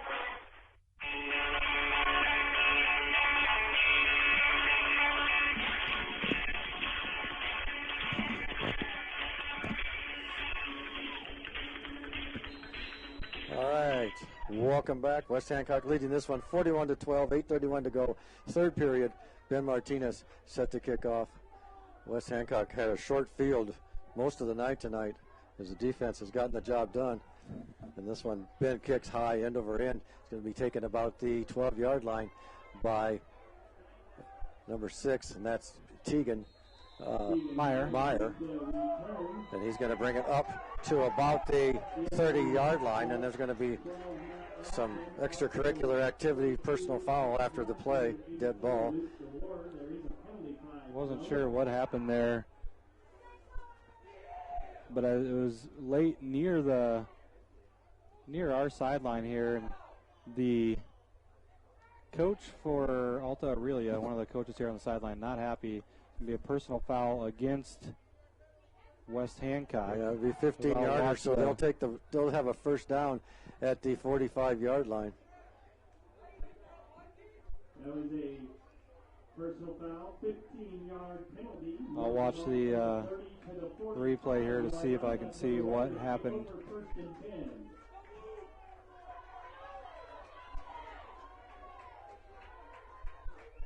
I'm not sure what the penalty was for there. That didn't look like much. I seen it, and it wasn't as bad as what their coach is indicating. Yeah, it was our player was getting up and first and 10, trips to the left, single receiver right. Officials still talking things over here. Their coach is arguing to throw out the player for West Hancock, and what happened, Kevin, is one of our players kind of pushed off on the Warrior player when he was getting up off of a pile. And now we're going to have officials stopping things. And they're discussing things over here on the sideline. And I wish he could see this replay. I know he's upset, but it's not even close to as bad as what he's trying to describe. So first and 10, trips to the left, single receiver, wide right. The roar fires one out there to Preston. Excuse me, it's number 20. That is Stites, and Stites is going to be dropped for a loss after the short pass to the left flat. Again, Stites on the reception, and Kane Zool coming up hard and fast and strong from his cornerback position. Very rarely do you have a cornerback come up on a pass play and make a tackle for loss. That time Zool did just that. Terrific from his right defensive back position to get the ball carrier to the ground and get him to the ground quickly. 2nd and 11 now. 2 by 2 are the Warriors. Sleazer in the backfield with Rohr. Here's a snap. Rohr's going to keep it run to his right. He's going to be dropped right away at the line of scrimmage. And that'll bring up 3rd down and 11. Actually, he's going to give him about a half a yard gain. We'll call it 3rd and 10. 10 and a half. 7:27 to go. West Hancock leads 41-12 over the Warriors of Alta Aurelia. Are you a little surprised they didn't come out and spread it out right away to start the second half? I did, yes. Just the success they had late in the first half, spreading out in this exact formation, 2 by 2 in the shotgun. And now they're going to try to float this one out here, and it's going to be complete to Meyer. He's going to be short of the first down, about a yard. It is 4th and 1, and I'm sure that the Warriors will go for it. They went for something just a little bit longer, a lot further down in their territory with 6:40 to go in this one. And they trail by 29 points to West Hancock. 16 seconds to go on the play clock. They're going to have to hurry here to get this one off. Sleazer, who's been a nice weapon for him, going to come off the field. Number 5 is in the backfield right now. J.R. Rodriguez in at the fullback position. Single receiver out to the left. They're going to probably give it to Rodriguez. They do. No, it's Preston McCoy. He's going to have first down. I think he got it. Yeah, they're going to give him all the way down to the 44-yard line. That'll be 1st and 10 for the Warriors. 6:12 to go here. That time, good job by McCoy to use that forward lean and just keep those legs driving, able to pick up 2 yards. All he needed was about 1, able to pick up 2 and move the sticks for the Warriors on a 4th and short and keep this drive alive as West Hancock again leads this one 41-12 with 6 minutes to go in the third quarter. And 2 by 2 again are the Warriors, and they're going to try to throw this one out there. A little screen flat in the flat again to Stites, and Stites is going to get swallowed up behind the line of scrimmage once again. Kane Zool again. And Breyer Subject combining on that one in the pass coverage. Subject doing a good job of coming up from depth from his linebacker position. He dropped into his zone, read the play right away, come up, made the initial hit, and then Zool flying up from his secondary position, able to help Subject finish off the receiver and bring up a 2nd and long for the Warriors. 2nd and 11, 5:20 to go here, third period. West Hancock leads 41-12. 2 by 2 are the Warriors. Rohr flanked to his right by Stites. And now we're going to have a flag, and I think the play clock, or do we have movement? I'm not sure if it's going to be a false start. I think he had some movement on the far side. Yeah, we did have movement. Kevin, I want to go, our secondary, anytime in Class A football, when you've got 12 completions in a game, 12 completions in a game, Rohr's 12 of 14. Usually that would equate to about 200 yards a lot of times in Class A football. You'd see a lot of big plays. Secondary doing a terrific job of getting up, flying to the football and getting those receivers to the ground. He's 12 of 14, but just 89 yards.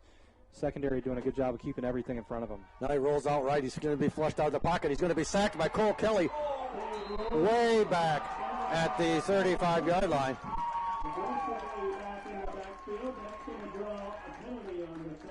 And what? A face mask. I'm not sure about that. That was not a good call. I'll just say that. That was not a good call at all. So West Hancock won't record the sack. And instead, it seems likely that they'll have a first down. It'd be they might be just short, Kevin, as they were about 2nd and 15 and a half, 2nd and 16. Yeah, it's going to be, I think they're going to be just short. But just short of 2nd and a half yard. Yeah. 15-yard penalty. And it's going to bring up so that'll bring up 2nd down and short for the Warriors with 4:50 to go here. Third period, West Hancock leads again 41-12 over the Alta Aurelia Warriors. The Warriors up to the line of scrimmage 2 by 2. So big break there for the Warriors. It was going to be 2nd and forever, and now it's 2nd and short. And we're going to give it to McCoy, and he's got the first down. He takes it over the 35-yard line down about the 33 and a half. Depending on where they spot this, I think he's still going to be short here. Yep, yeah, they're calling it 4th down, so now we're going to third down is what they're saying. They're going to bring it out. Yes, yep, you're right. They're going to bring out the chains here, though, to take a look as the referee and one of the linesmen are going to bring out the chains, take a look to see if McCoy it was close. It just depended on the spot. It'll either be first down or 3rd and really, really short on the run play by McCoy. And the score update for you, Newman now leads Lake Mills 35-16. Wapsie Valley and South Wind. Wapsie Valley on the board now. They now trail just 12-7 in that one, Kevin. And Lamar's Galen, they are at Belmont tonight, as Belmont was supposed to have Eagle Grove Belmont trails 13-7. All right, so it is a first down for the Warriors with 4:18 to go in the third period. As they try to climb back in this one, they trail 41-12 to the West Hancock Eagles. And they come out of the huddle 2-by-2. Rohr and Stites in the backfield. Stites flanking him to the right. And here he rolls, looks out, is complete to, oh my goodness, and that's incomplete. And Barnes comes up and makes a hit, and they're going to call probably a targeting on this. Targeting or defenseless receiver. New rule where 10 years ago that's not going to be a penalty, or 5 years ago even that's not going to be a penalty. But in today's football, that's a penalty as the receiver didn't get his head turned around. And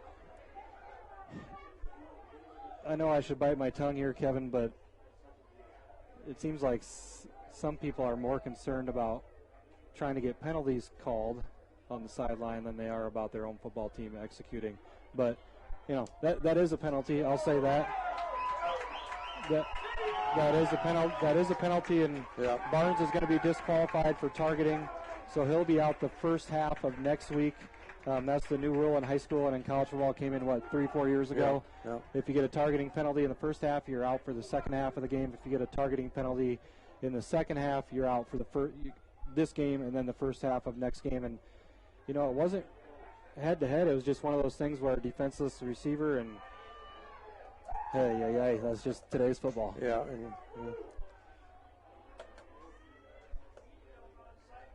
As Coach Sanger talking to the referee over there, just trying to get an explanation of what the reasoning for the call, and going to be back-to-back penalties. And Barnes will make an early exit, and Matt Larson will get a chance to come in to fill in for Rylan Barnes at the outside linebacker position here on the near side. So it'll be marching off another 15 yards. And that's going to give them a first down. They already had a first down. They're going to get another first down at the 18-yard line. And after all of that, we've got 3:57 to play here in the third quarter. And it's a single receiver, or excuse me, one to the left, two to the right. It's Rohr on the keeper, and he's in and out of the tacklers and takes it down to about the gain about of 6 yards. Yeah, so it's going to be down to about the 12-yard line. Matt Larson, the new Eagle in the game, that comes up and makes the tackle. A gain of 8 to bring up second down and 2 with 3:30 to go here, third period. Actually, a gain of about 7 from where they're spotting it now. So Rohr up to 58 yards on 9 carries for West Hancock. Now what do you got going on here? They're checking some equipment, it looks like.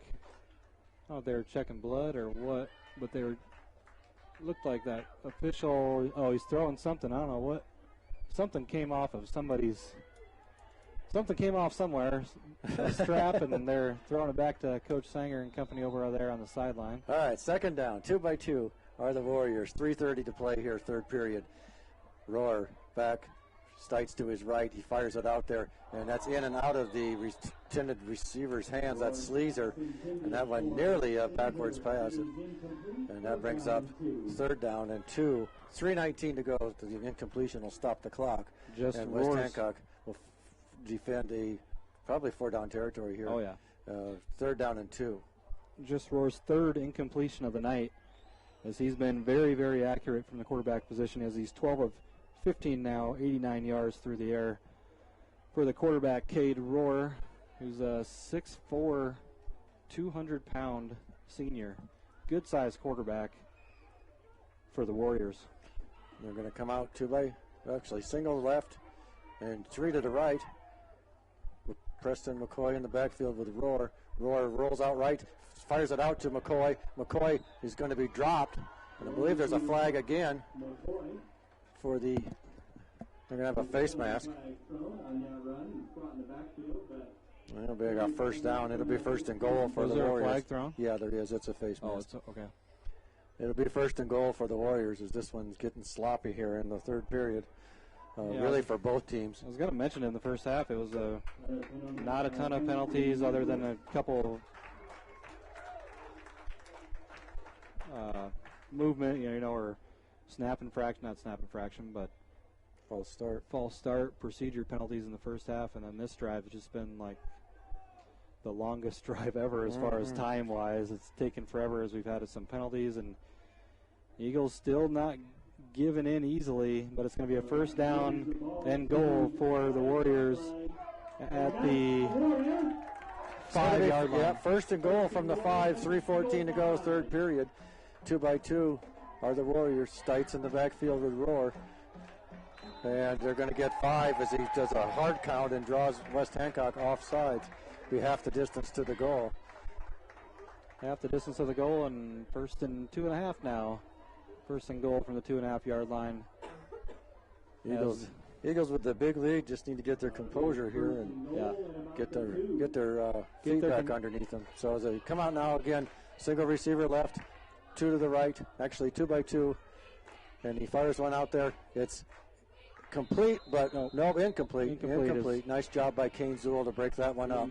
And they picked on what might be the strongest defensive back on the Eagles team. Yeah, Kane Zool's been terrific in his now his second year as a junior starting at the defensive back position. He's been really, really good, not only in run support, but really good in coverage when the ball's in the air, of either finding the football or that time he knew he wasn't in position to find it right away, but he's able to get a hand in there and be strong with that hand, just kind of rake through the receiver's hands and break that football away from the receiver, causing the incompletion and bringing up the second and goal. So they come out now with a single receiver left for the Warriors, and it's going to be touchdown. Tegan Meyer, I believe. Quarterback. Okay, well, it wasn't. Quarterback sneak. Rohr from 2 yards out for the touchdown. 3:06 to go, and they take it in. And for pending the 2-point conversion, or are they going to kick? Let's see what they do here. Looks like they're going to kick this one.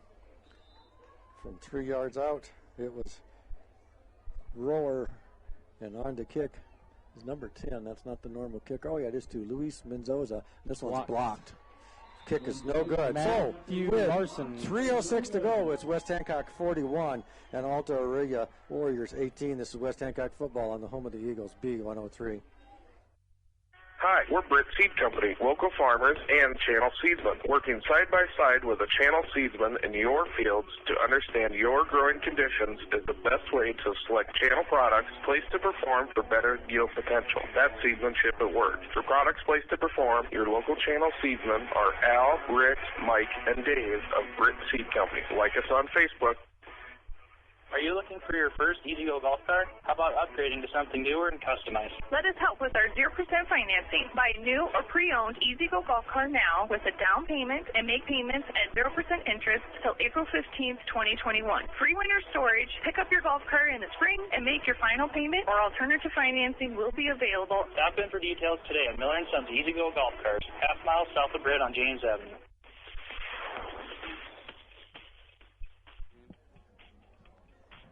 All right, welcome back. West Hancock will be receiving the kick to after the Alta Aurelia touchdown, a 3-yard run by Cade Rohr, and the extra kick, or the point kick, the point after kick was blocked. My goodness.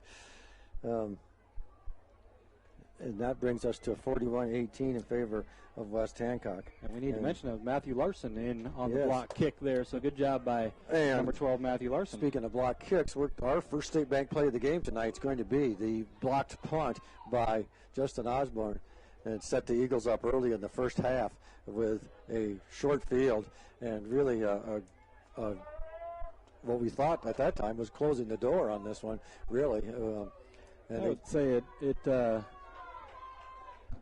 started to shut the door. It really opened it up and took the wind out of the sails for the Warriors as they were backing up to punt, hoping to flip the field. Osborne able to come up with a big block and lead to, I think that was the 4th touchdown. That was the Kane Zool touchdown that it led to there, and gave the Eagles a 4-touchdown lead early.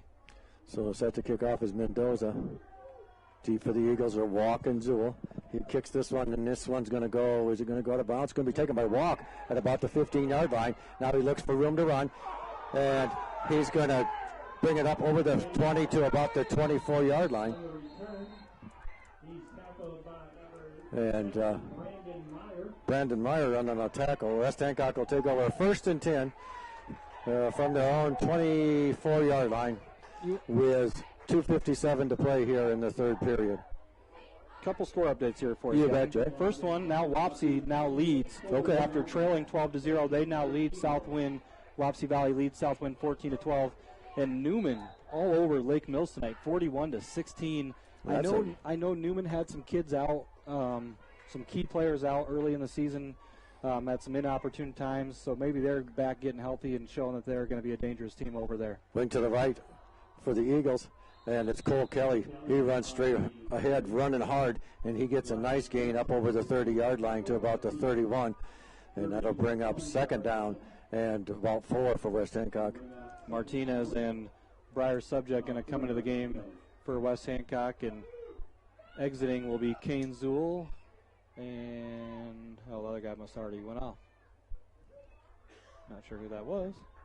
So Francis is wing to the right. They're going to give it to Martinez. Martinez got room to run. He puts his head down, and he just runs over people, and he takes it up over the 45-yard line to the 46. It's 1st down, West Hancock. And I tell you, you always use that terminology, running angry. I tell you what, Ben looked like he was heading for the quarterback from a defensive position for a sack, except this time he had the football. It kind of, this game's kind of gotten a little feisty and physical here in these last 5-6 minutes, and Ben Martinez took his opportunity to run hard. Nice clean run by Ben and a pickup of 14 for Martinez. Wing to the right. This time it's Kelly.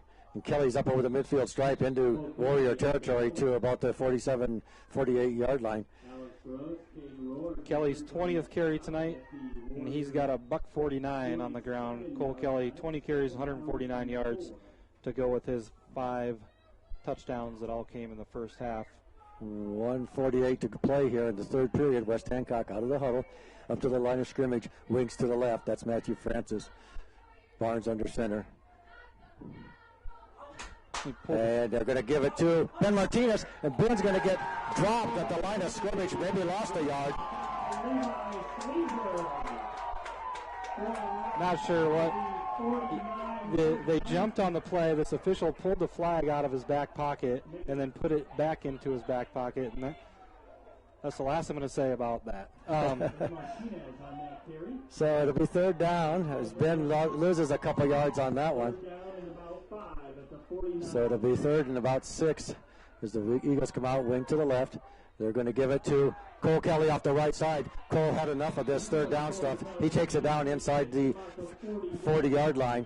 And it'll be 1st and 10, West Hancock. 59 ticks here in the third period. Gain of 10 there by Cole Kelly on the 3rd and long play, and West Hancock got another drive going.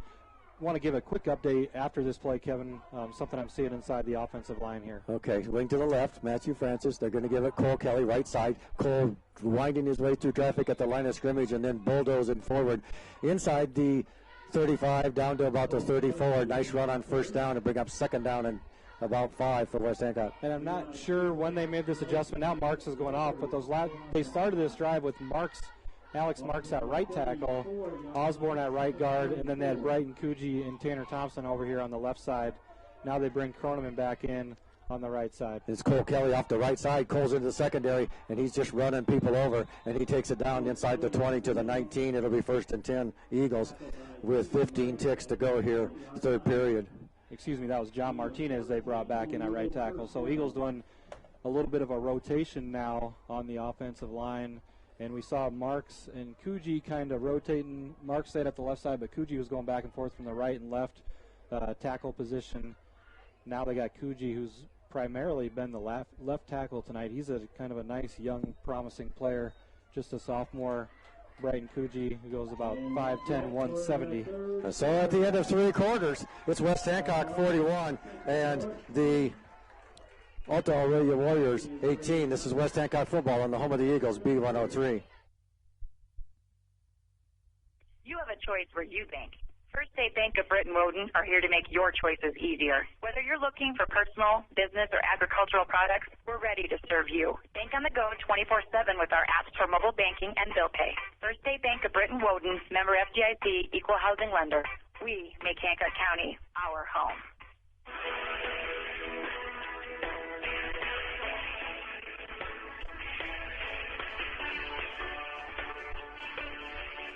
All right, a little Hollywood Nights as we come back here to the fourth and final period here as Alta, Aurelia, and West Hancock squaring off. West Hancock leads 41-18 over the Warriors heading into this final frame, and West Hancock on the move deep into Warrior territory now. I want to remind you to stay tuned for the Brit Bar and Grill post-game show as we'll recap the game and get you all up to date on scores and stats from this one. We got a top 10 team that may go down in Class A that's ranked ahead of us. Edco trails Northwind 22-7. Thank you, Chase Eisman. GHV, they trail Esserville Lincoln Central 25-14 now in the second half. So I want to remind you again, haven't had very many tonight, and this officiating crew hasn't really had the sanitation timeouts, but I want to remind you about the sanitation timeouts. When we have one of those, you want to get over there and give some money to the Sanger Legacy Fund. Yep, and now you can actually go to sangerstrong.com. They made it kind of a sub-website that you can go straight to sangerstrong.com, and it'll take you into that site where you can give to the Sanger Strong Foundation. Thank you, Dan Kroll, who put that together and bought an ad spot so we can tell you to go donate.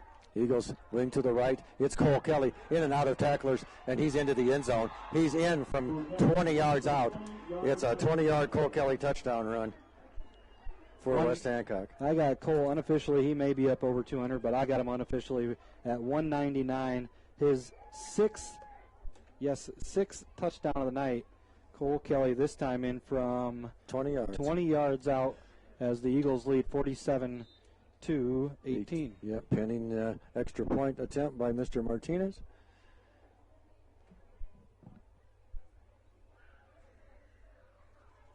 And here's the snap. It's good. Kick is up. Kick is good. Right through the middle.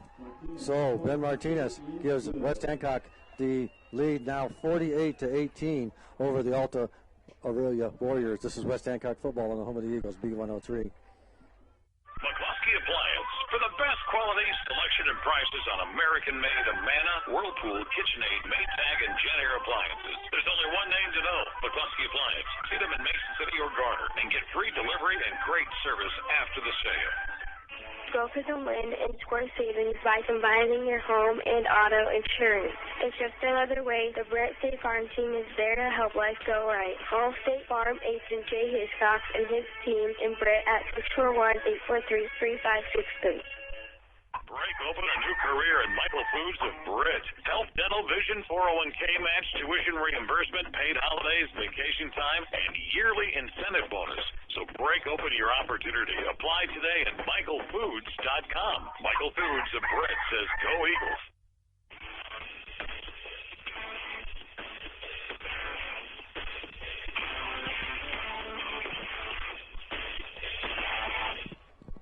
All right, welcome back. Martinez set to kick off for West Hancock. 11:55 to go here, fourth period. Eagles back out in front now, 48-18 over the Warriors. And deep for the Warriors are Preston McCoy and Teague and Meyer, standing on about their 10-yard line. And here's the kick. It's end over end, going to be taken by Meyer at the 15, up over the 20, 25. He slips down at the 27-yard line. Another district score update for you. Manson Northwest Webster, they lead St. Edmunds 19-13. Mason City now trails Webster City 28-0 as that was their first big game of the year. 28-0, and Grundy Center all over BCL UW down there, 51-0. BC Lou is what I like to call that. Yeah, we used to call it Club W. We changed it out. It's 2-by-2 are the Warriors. They fire one out here to the right flat, and it's complete to Meyer. Nope, incomplete. Officials waving it off on the far sideline. That'll bring up 2nd and 10. I thought he caught it, but the official said he trapped it, so that'll bring up 2nd down and 10. Looked like a catch. He did a good job of acting there, did Meyer, the receiver. And again, stay tuned to the postgame show for the player or players of the game. And the Radio Iowa scoreboard show will be on after us. And we got homecoming next week, Kevin. North Union comes to town. So the Warriors, 2-by-2. Rower in the backfield. along with Stites. He looks, he's back to pass, fires it out here, incomplete, intended for number 4. That's Gabe Walters. When that one is short again, he's trying to put those passes where only his receivers can get to him, but they're just a little bit short. So they'll bring up 3rd and 10. Yeah, after starting the game 12 of 14, he's misfired on his last 4 pass attempts. Now 12 of 18 for Cade Rower. So 2-by-2 again for the Warriors. Same formation we've seen. Back to pass, looking right, fires out there, and this one's picked off by Chase Eisman. He's over at 40, and he's going to be dropped down at the 37-yard line. Rhett Eisman on the Rhett Eisman. What did I say? Chase is our scoreboard guy, but Chase, he'll take the credit.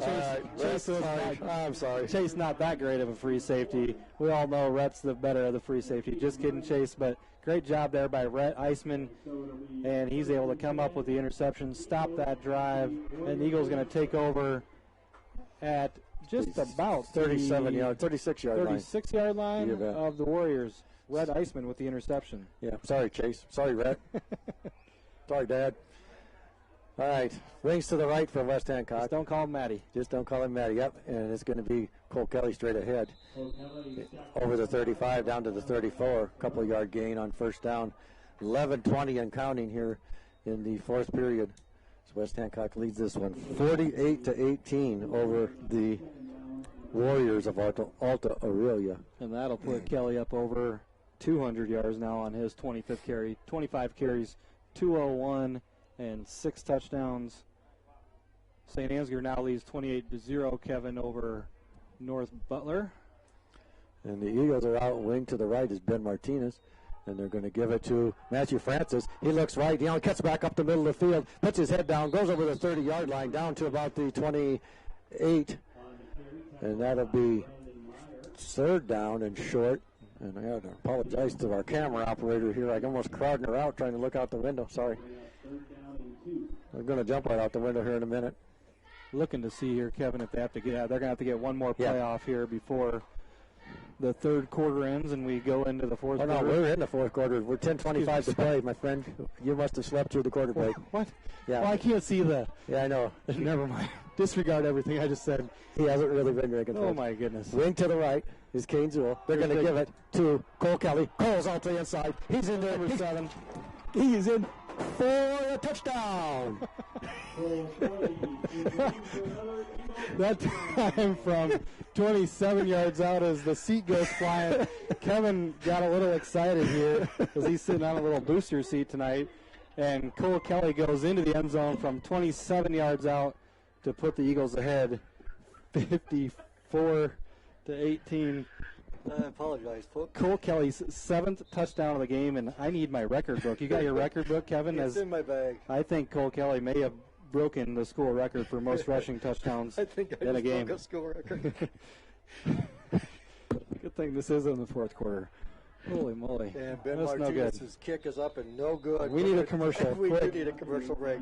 All right, with West Hancock leading 54-18 with 10:05 to go. This is West Hancock. Casey Nielsen, your local John Deere dealer. When you believe in your equipment, you stand behind it. That's why you get a 6-year powertrain warranty on any John Deere compact utility tractor that covers both residential and commercial use. Why?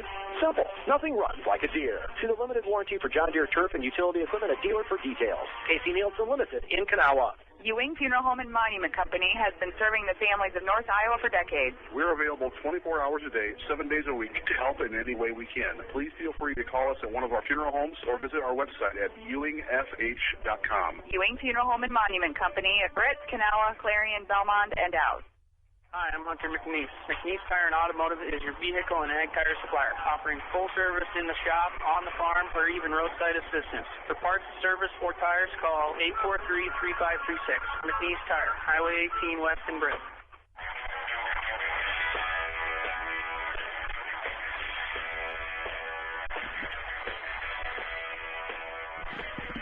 How many yards was that?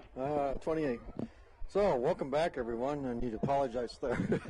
I had a little difficulty there as I went to stand up to see the play, and my chair slid out from underneath me, and I hit the floor. So, This one's going to be kicked by Ben Martinez and taken out, or taken at the 20-yard line by Meyer, and he's going to get swarmed over at the 20-yard line after no gain, and they'll take 1st and 10 for the Warriors from that point. So 7th touchdown of the game, Kevin, and 7 times 6 is 42. So Cole Kelly has broken the record for most points scored in a game. And also, Cole Kelly has broke the record. He'll be a trivia question someday, I'm sure, as Cole Kelly has broke the record for most touchdowns in a game. I'm getting to that official stat. I know there was a few that were tied, I believe, with 5. Okay, 2 by 2 are the Warriors. Royer looks out to his right. He completes this one, and it's going to be dropped. His receiver's going to have a gain of about 7 yards or so. It's complete to Meyer, or nope, Lane Kramer. So Cole Meyer Kelly there on the block for him. Actually broke the record on his last touchdown, holding the record before Cole Kelly for most touchdowns, rushing touchdowns in a game, where Jeremiah Johnson, Mark Sanger, Zach Slugger did it twice, and Colton Francis all had 5 touchdowns in the game. Cole Kelly is at 7 tonight, and he may be making a push for that State Farm Player of the Game on the offensive side of the football. Single receiver each way, and he fires this one out here. He's got a completion complete into West Hancock territory, down to the 36-yard line, and that's complete to Gabe Walters. Longest play from scrimmage tonight for the Warriors. 8:20 to play here. West Hancock leads 54-18. Gain of 30 on the play from Rohr to Walters. And the clock ticking away here in the late stages of this one as they come out with a single receiver left, trips to the right. I can't see the scoreboard, so I'm not even going to attempt to see what and quarter they're we're going to in give or it how to much Preston time. McCoy, and he's going to run straight ahead and be stopped about the 37-yard line.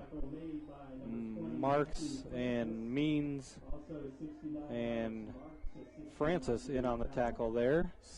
How much time is left? 7:40, my friend. 7:40 to play here in this one. West Hancock again ahead, 54-18 over the Warriors of Alta, Aurelia. I'm going to remember this game for 2 things. Touchdown record by Cole Kelly, and you fell to the chair on his 7th touchdown of the game. I was so excited. The single receiver left, trips to the right. Rohr flanked to his right by McCoy. Now he rolls out to his right, fires one out there. It's intended for Lane Kramer. Kramer catches it. He's just shy of the first down. He's down to about the 27-yard line, 28-yard line. 15th pass completion of the night for Rohr to Kramer. Going to bring up 3rd and 1. Gain of about 6 or 7 there. 3rd and short. 6:50 and counting to play here. If you're West Hancock, you just want to get that clock run out and get on the bus and head home and injury-free. Yep, and move on to homecoming week next week against North Union, who North Union, at last report, they were in a tie game with Garrigan, 21-21. 2 by 2 are the Warriors. Stites in the backfield with Rohr. Rohr fires one out. It's complete in the left flat to Meyer. And he gets out of a tackle, gains a few more yards. And that's going to be a first down. And we'll see where they mark it, about the 14, just inside the 15-yard line. So it'll be first down and 10. Gain of 13 to Meyer there, and Luke DeWard in on the tackle as he's now entered the game. And good job there by Meyer to break free of the initial tackle and pick up some extra yardage after the catch. 2 by 2 once again.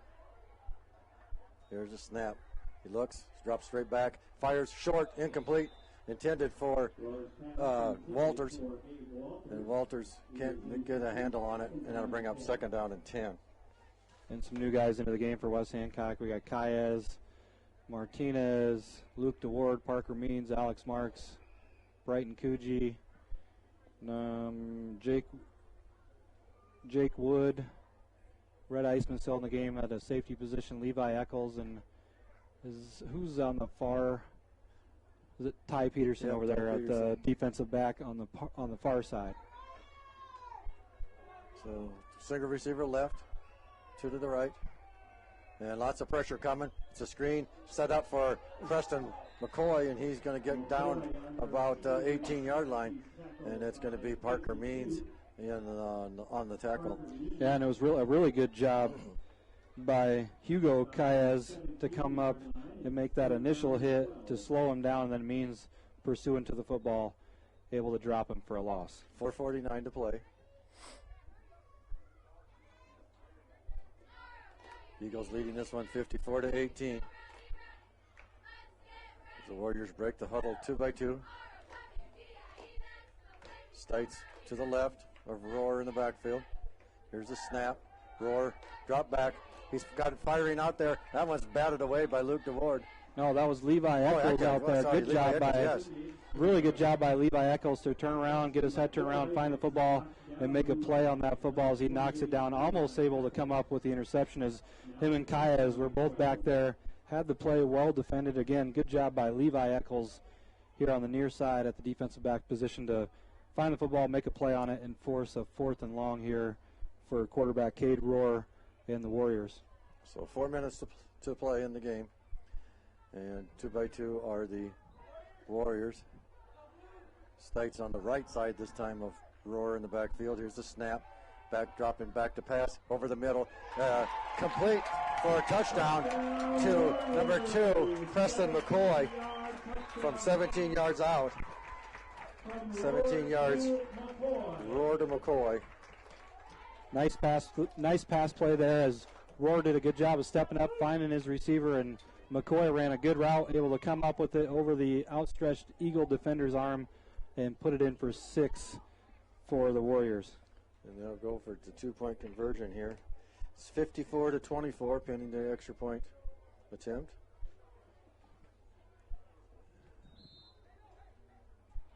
It's 17 yards out, Kevin, on that one? Yes, correct. Thank you. It's a final on the St. Ansgar. It's 28-0. 28-0 final, thanks. And Rohr rolls out to his right, fires it out there. That one's going to be complete and caught for the 2-point conversion. Complete to Lane Kramer. So Lane Kramer catches the pass, and it's West Hancock 54 and the Alta Aurelia Warriors 26. This is West Hancock football on B103. Do you know all of the features and benefits of digital banking? First Citizens Bank is here to help with a digital checkup. Call us at 800-423-1602. A personal banker will be happy to discuss all of the features available. Get your digital banking checkup from First Citizens Bank today. Hi, this is Ben from the Hobnob in Britt, and we're cooking up all of our Eagle favorites like the Iowa steak sandwich, the honey barbecue burger, Dirty Bird, or the Hot Mother Clucker. Try our famous duck wontons or corn dip. Come experience the Hobnob in downtown Britt. See our full menu and daily specials on Facebook or call 641-843-0508. Go Eagles! Central Financial Group in Britt and Kanawha, proud supporters of West Hancock. For all your financial services and insurance needs, call 843-4483. We're committed to improving the livelihoods of every family, farm, and business we serve. Central Financial Group in Britt and Kanawha, where you belong.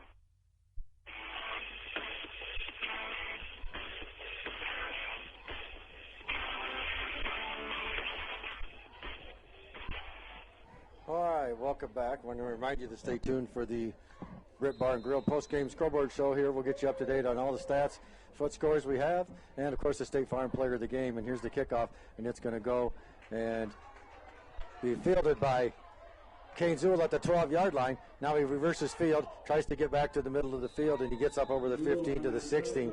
He wanted to let that one go because he thought it was going to go out of bounds, but then at the last minute it curved back in, and he had to field it. Got a lot of new Eagles coming in, Kevin. You want to grab me that program here? On the offensive line, we're going to have Hill, Connor, Ian Connor, that is. Eric Martinez.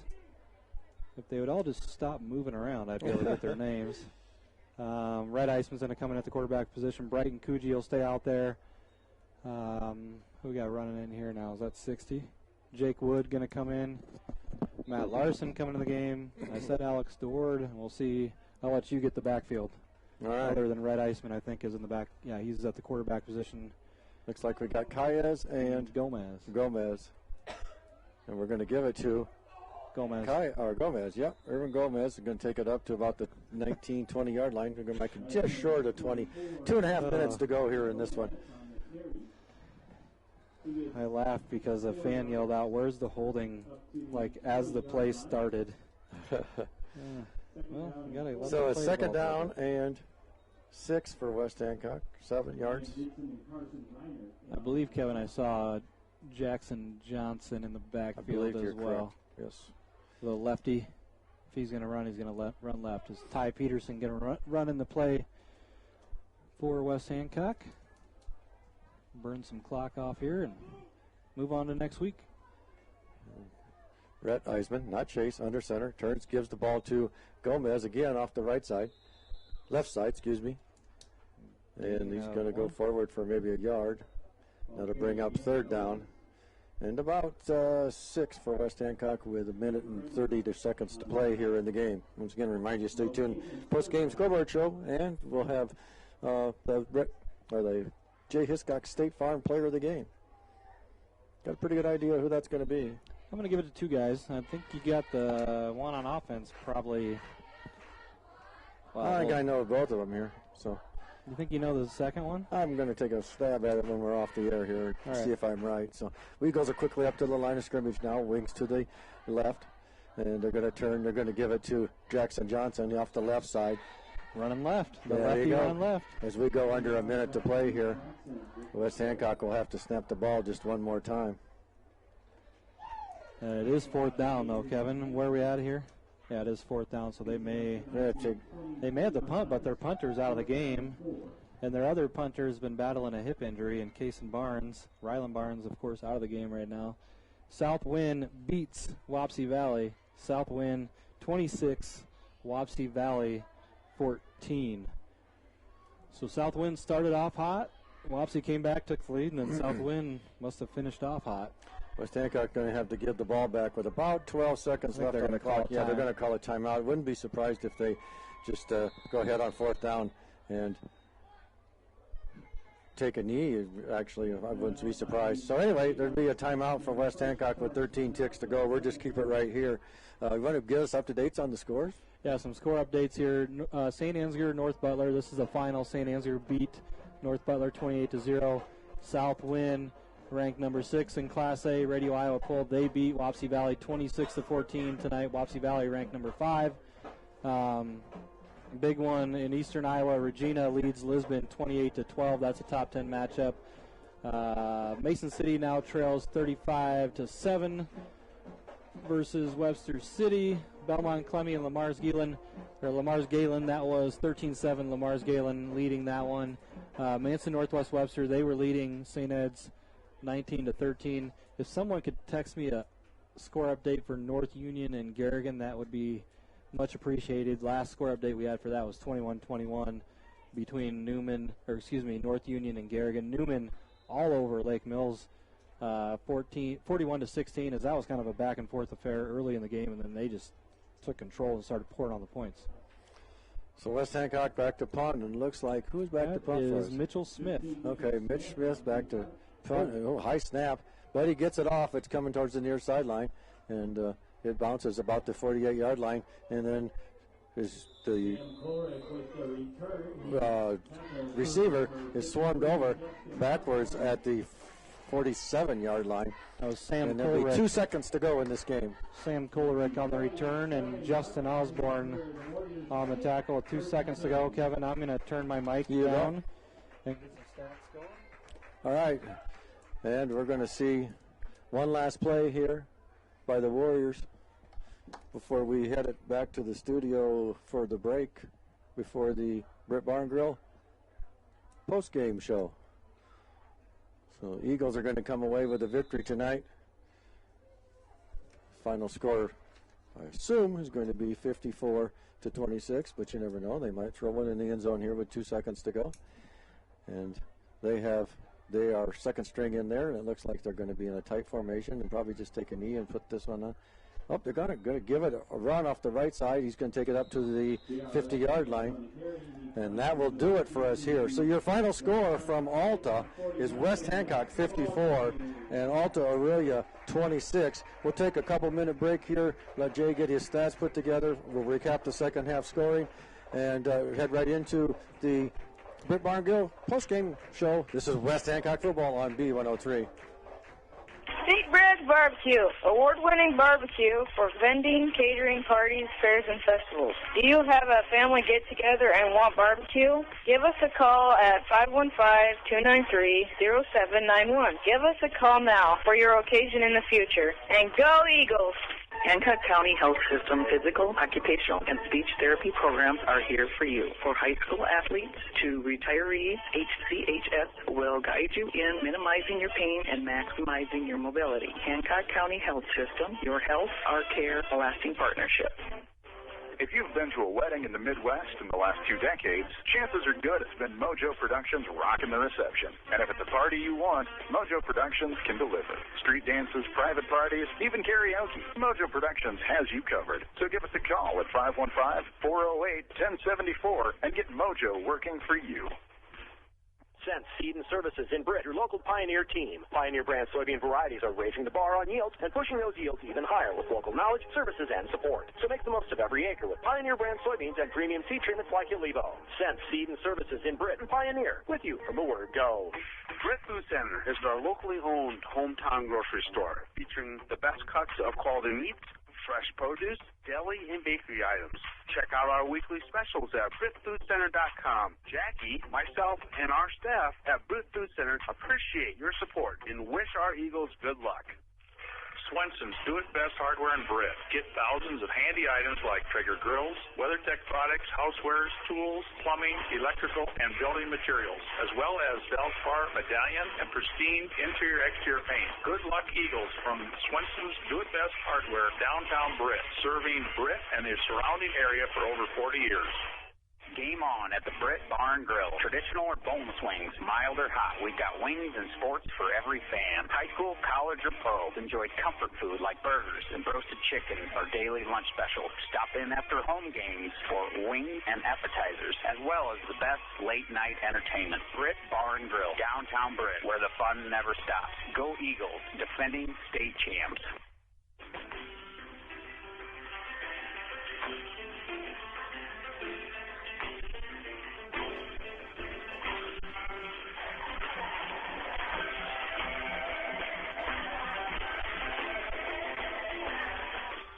All right, welcome back, everyone. Tonight's post-game scoreboard show is being brought to you by Eric Stacy and the entire crew at the Britt Bar and Grill.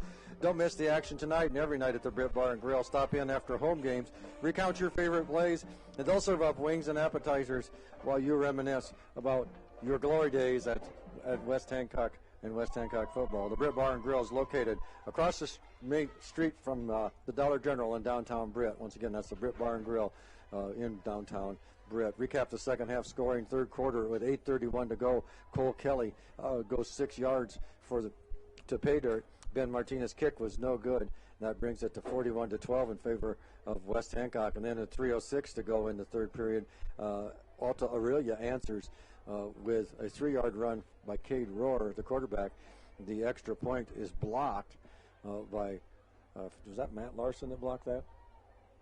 Yes, Yeah, Matt Larson with the blocked extra point. Yeah, he blocked the kick. It was 41-18 in favor of West Hancock. And then in the fourth period, 11:55 to go. After a sloppy third period, West Hancock gets kind of back on the board with a 20-yard Cole Kelly run. Ben Martinez kicks the extra point, and they go up 48-18. And in the fourth, a minute later, $1:50 off the clock, it was Cole Kelly again with a 28-yard run this time, and the kick was no good. By Jay Hiscox. No, I mean by Ben Martinez. That was the Jay one jinxed him on that one. That's my bad, Ben. I jinxed you on that one. That brings it to 54-18 in favor of the Eagles. And then with 3:34 to go to finish out the scoring in the second half, it was Cade Rohr, a 17-yard pass to Preston McCoy.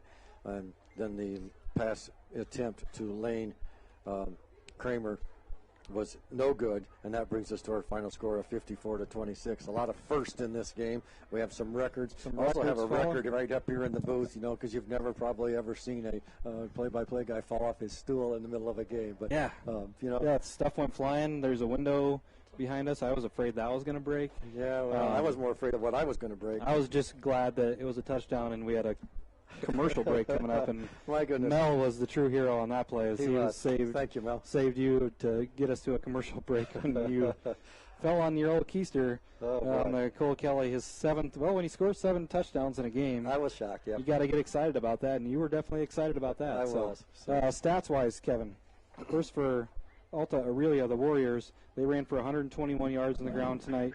Preston McCoy, 13 carries, 50 yards, and a touchdown. Caden Stites, 2 carries, 14 yards.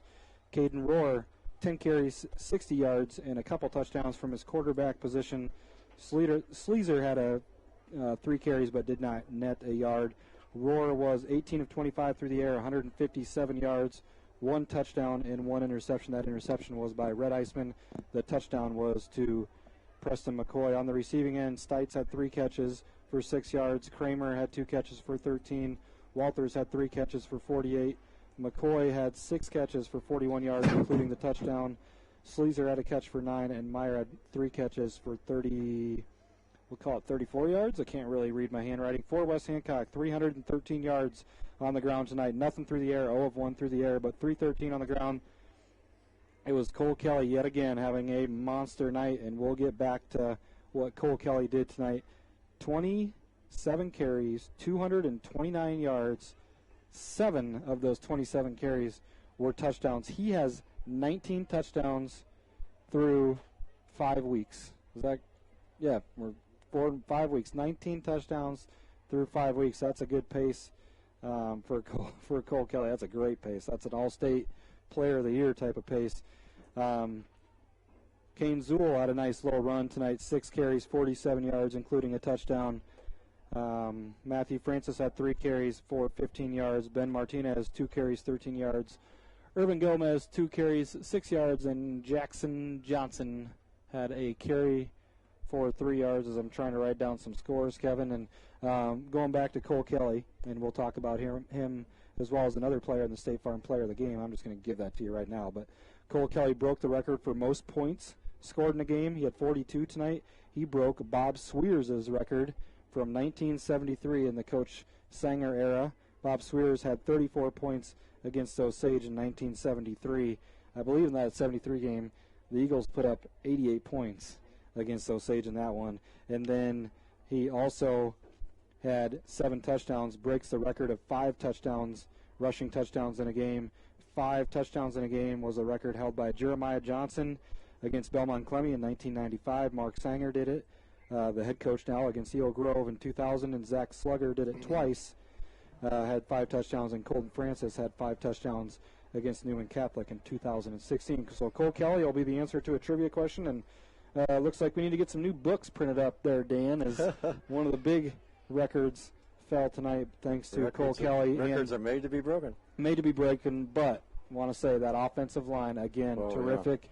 Parker Means, Tanner Thompson, Alex Marks, Justin Osborne, Chase Croneman, Brighton Coogee, all those guys rotating in.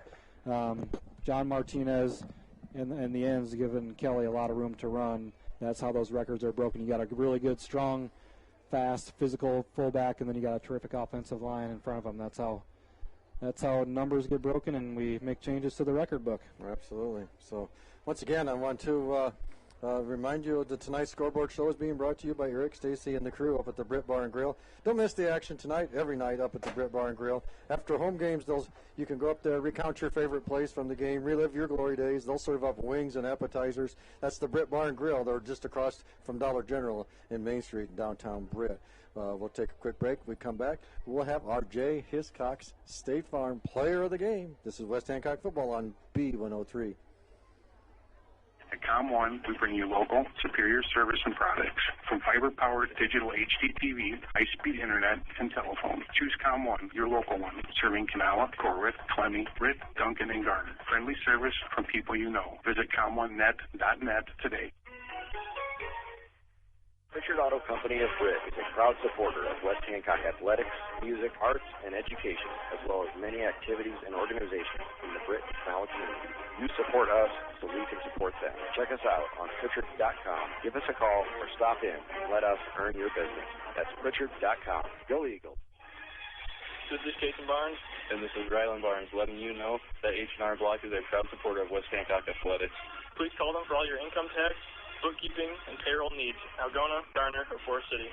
Say the Barnes boys sent you.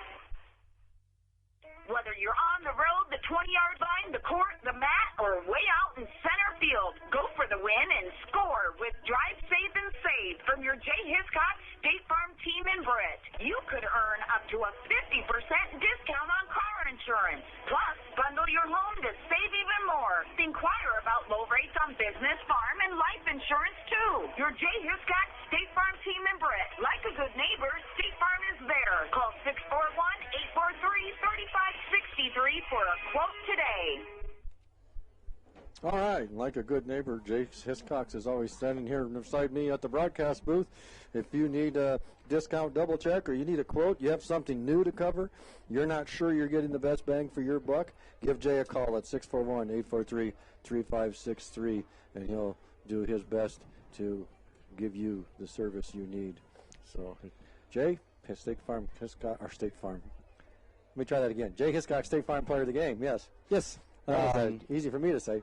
I'm going to give it an offense and defense. And first off, offense, we blew the surprise. But Cole Kelly, 7 touchdowns, made it pretty easy. Broke the school record for touchdowns in a game. Cole Kelly, 229 yards to go with 7 touchdowns tonight on the ground. He's our offensive State Farm Player of the Game. Congratulations to Cole. And then on defense, I'm going to give it to number 8, Kane Zool. He was really, really good. He's been really good all year long from his defensive back position. Started last year as a sophomore. Showed some really, really nice things on the defensive side. And Kane Zool is going to be our defensive State Farm Player of the Game tonight. He made a lot of tackles in the backfield from his secondary position, which is hard to do. But good job, Kane Zool, and terrific job to the West Hancock coaching staff and all the guys on the team to come 2 hours away and get a nice road win and enjoy the bus ride home and get ready for homecoming week next week. And I want to give a special shout out to Leah Aitchison is the one organizing homecoming this year. She's doing a great job. That's a lot of work, but I'm sure Leah and her friends and the staff at the high school are going to organize a terrific week for the kids for homecoming week, and excited to play the Warriors of North Union next week, who are in a tie game right now. North Union and Garrigan tied at 27-27. Couple quick score updates for you, ones we didn't have updated for you. Just one that we didn't have in the last update. Belmont Clemmy beats Lamar's Galen on their homecoming 20-19. Kevin. Wow, good game, good game. Well, West Hancock is the winner here, 54-26 over the Alta Aurelia Warriors. Also want to mention a couple of other winners we had tonight. Mike Hilbert, the winner of the Hobnob Trivia question, and then Connie Swanson was the winner of the Britt Food Center Sack of the Game tonight. Compliments of Cole Kelly, I believe, if I remember correctly. So once again, homecoming next week. We'll be right back here on B103. Be sure to tune in. And until then, I want to thank Mel back at the studio, Jenna on the camera, my broadcast partner, Jay Hiscox. I am Kevin Wilson. We will see you next week right here on B103.